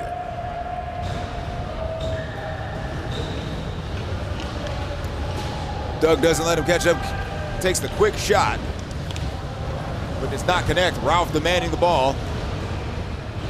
Cross court, Christie. Joe goes back to set back up the defense. Rotates back around. Christie is the rotator now back on defense. John Weber sitting at half court. 10 seconds remaining. Christie breaks free. Screen shot. Yes! Nice defensive awareness there.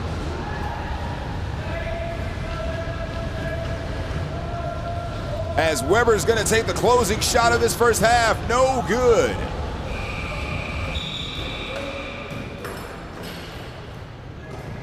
As Seattle, ginger spice and everything nice, has an 8-point advantage going into the half. 1 half away from being crowned A champions.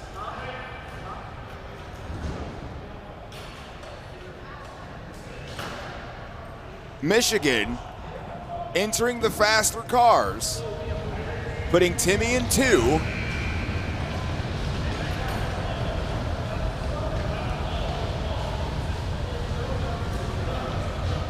Wonder will Seattle maintain the same game plan as to stop Timmy, but that has not worked out well at all in this half as he is still lighting up the net. Timmy and Doug, the vocal points of this offense. Tommy with the right to drive around in circles on this team. Maybe occasionally make a couple passes every now and then. But basically providing the on-the-floor coaching for everything that goes on in this mixed generation team.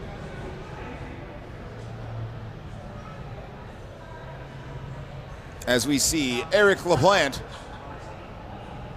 and Brad Elke join the Seattle team. As again, they are 1 half away from being crowned A champions.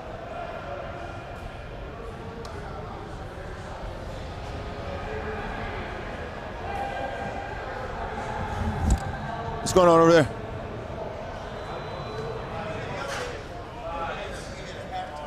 Yeah, I need the halftime report.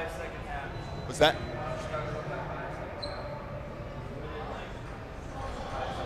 So Chicago looks like they're going to take this one.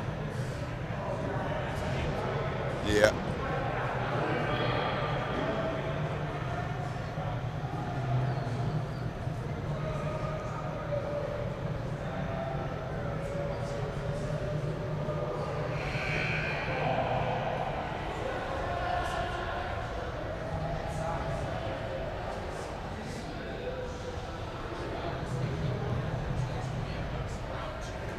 Round 2, fight.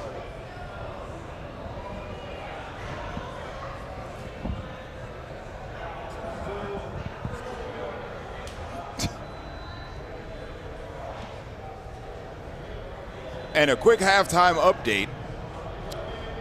Over on the other court, the B division will be settled by a second game as Chicago has battled back to win game 1.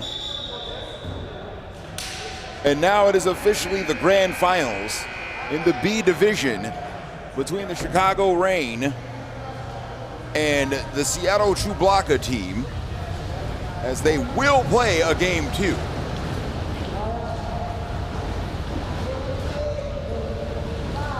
In order to get a game 2 here on court 1, Michigan has to come back from 8 down and not only win this game, but win another to be deemed A champions, as Timmy lets a three-pointer fly.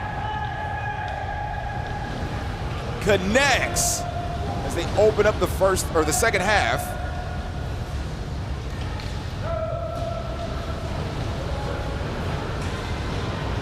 Opening shot sails wide for Raphael, but that sneaky bastard still in the key, waiting for the ball.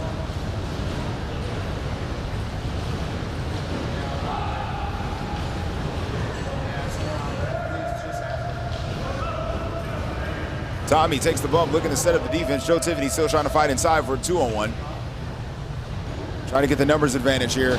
Timmy cannot be stopped.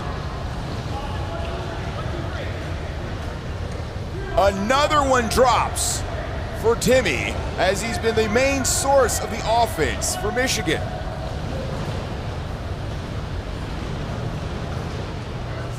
Raphael measures, goes back door to Brad Peters.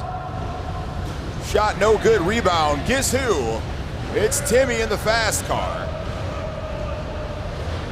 Might try to set up a 3-on-2 situation here.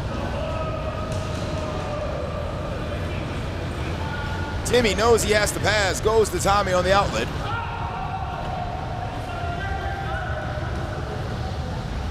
Calling Doug back to defense. Just letting Timmy go to work. That shot falls wide.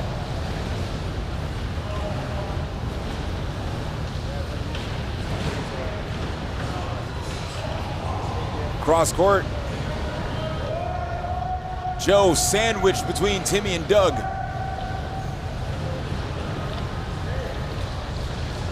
Weber looking for options. Option 1, Christie, shot no good.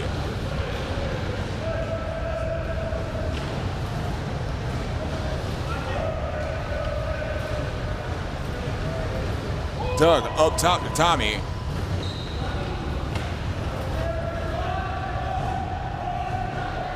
Tommy sets up Austin. Yes, connects.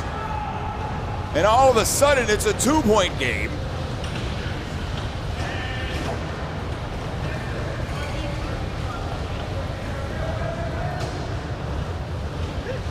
Christie inside Raphael. Raphael pestered by Clint Fisher. Intercepted. Timmy, very aware of the situation. Shot goes up and good. Instant offense. Impacts the game on the defensive side and the offensive side.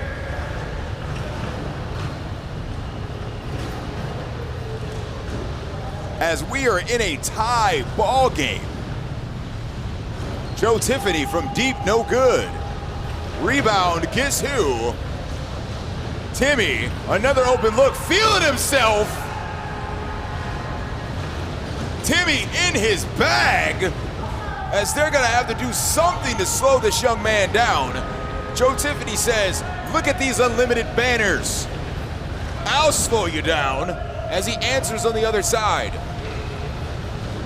Ties it right back up. Dougie's gonna set right behind Timmy, checking the defense as they are beat. Tommy, the rare shot. Gathers the rebound. Deep three from Doug. Wow, that almost looked like it was going straight in the basket.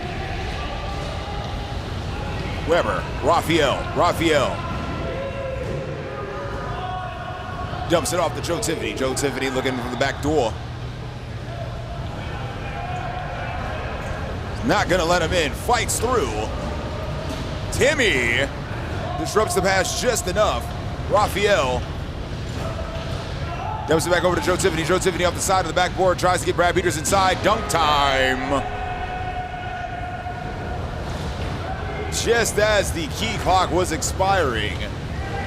Puts up the shot for two.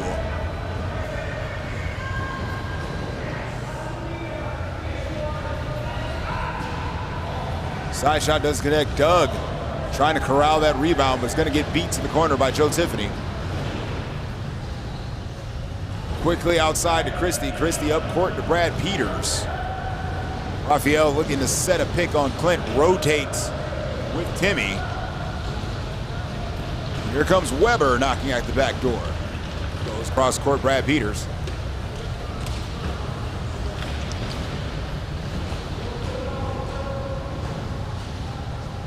John Weber got the hand down, and the man was not down, but Brad Peters. Cool, calm, and collected. The man of the hour. Timmy actually misses one. Goodness gracious, Clint Fisher. Great defensive play. Dougie from the angle, no good.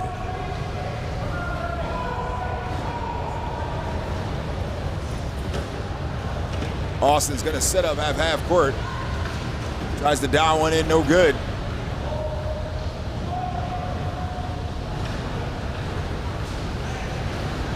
Cross court pass, finds Brad Peters. Raphael looking to set him up, finds a window, no, chooses different. Raphael, big time block by Clint Fisher.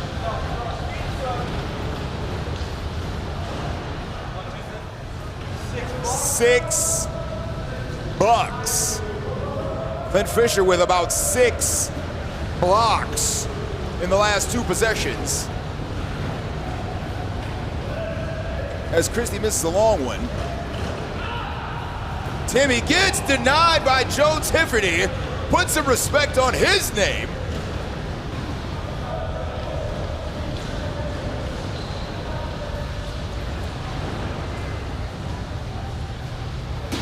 A rare inside miss by Brad Peters.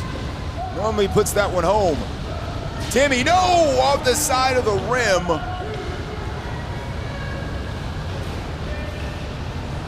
(3-2) the other way. Raphael, mental error. Timmy looking to make him pay on the other end.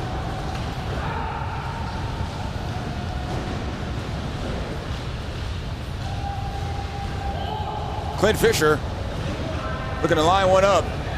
Brad Peters says, we're taking this 2-on-1, tries to make his way up court. We're gonna have to correct it. Tommy looking to try to be the guy to do so. They're still out of position on defense. Ralph was in the key, but Doug kicked him out. Shot is no good. Tommy.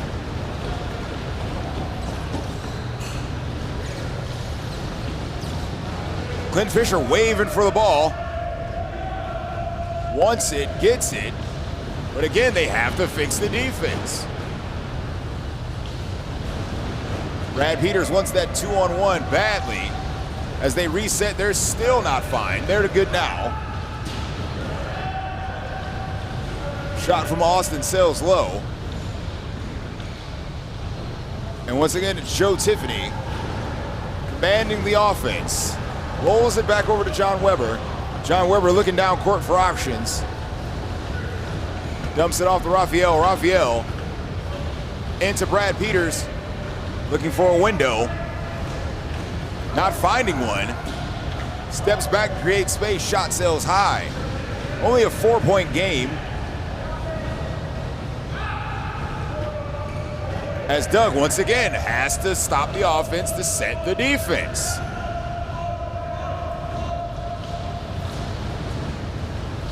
Trying to 2-on-1 him to death. Defense is set. Tommy has to make a play. Gets it over to Timmy. That's always the play. As Timmy from 7 welds away brings his team back down by 1.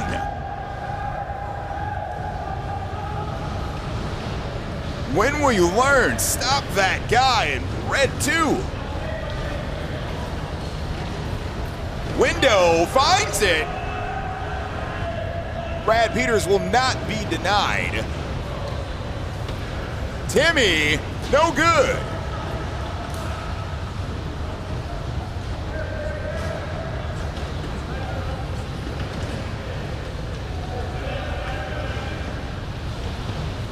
John Weber creeping. Wall pass, Raphael. Joe Tiffany. Too high on that shot, and it is good. So hard to defend. I would say it's impossible to defend.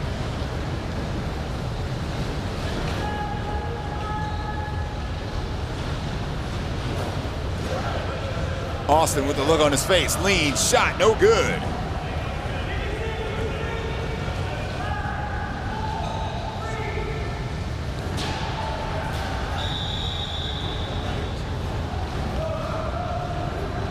A numbers game here for Seattle. Recovers very well as they have the 4-man wall set up at 3 welds out, but Brad Peters on a tough angle, can't connect.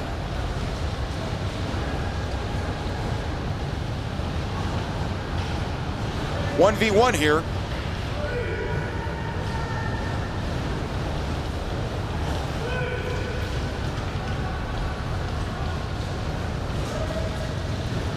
Deep shot from Doug does not connect. As Seattle maintains a 5-point advantage.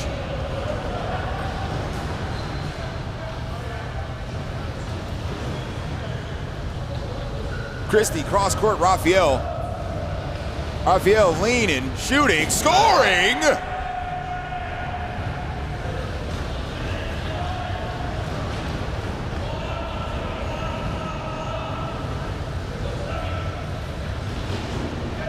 Seven-point advantage. Timmy can't connect on that one.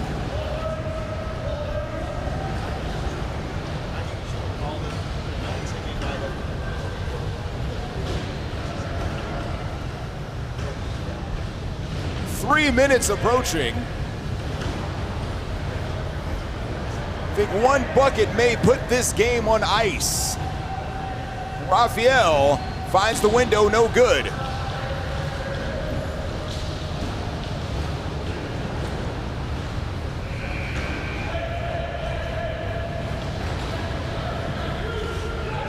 Timmy from deep, no!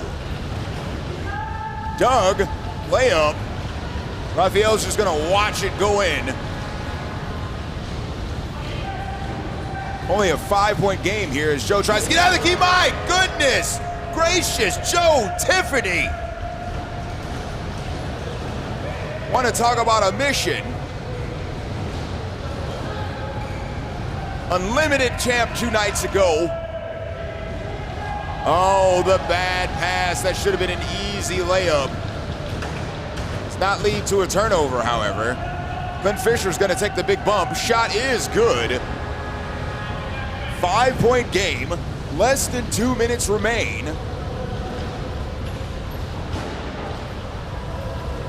One shot could put this game out of reach. Everyone on Seattle capable of making a play.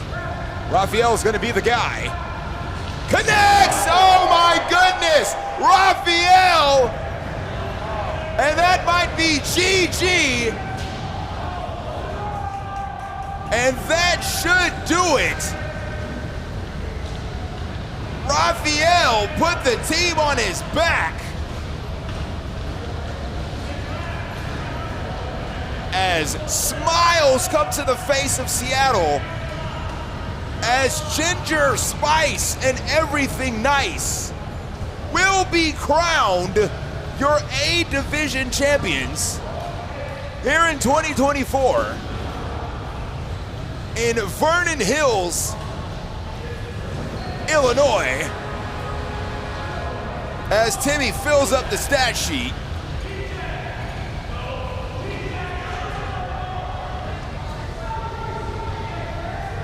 Making sure they get under the 30-second mark so this game is officially over.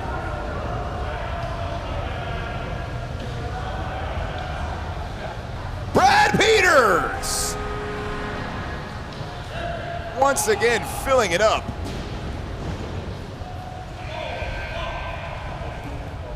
Raphael, the hero of the second half of this game, and one.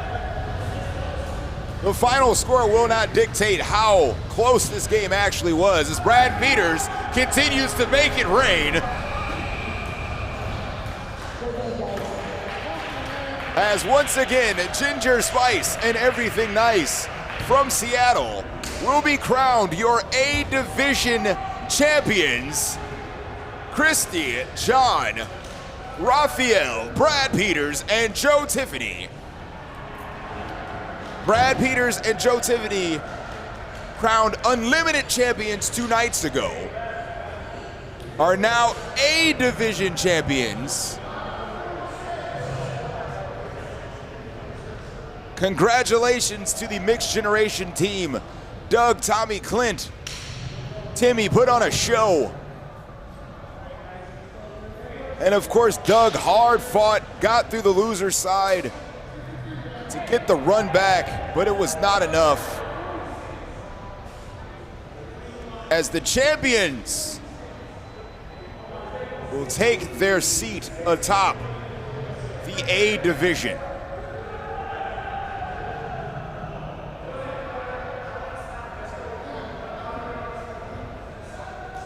Pictures all the way around. Hugs, handshakes, and high fives will be handed out. And that will do it for the A Division as we conclude the 2024 Nationals Championships here in Vernon Hills, as the B Division has yet to be decided, as the second game is underway. Chicago v. Seattle, and we will see how that one concludes. But I get the right to sign off here. Thank you all for listening, and we'll see you on the next one.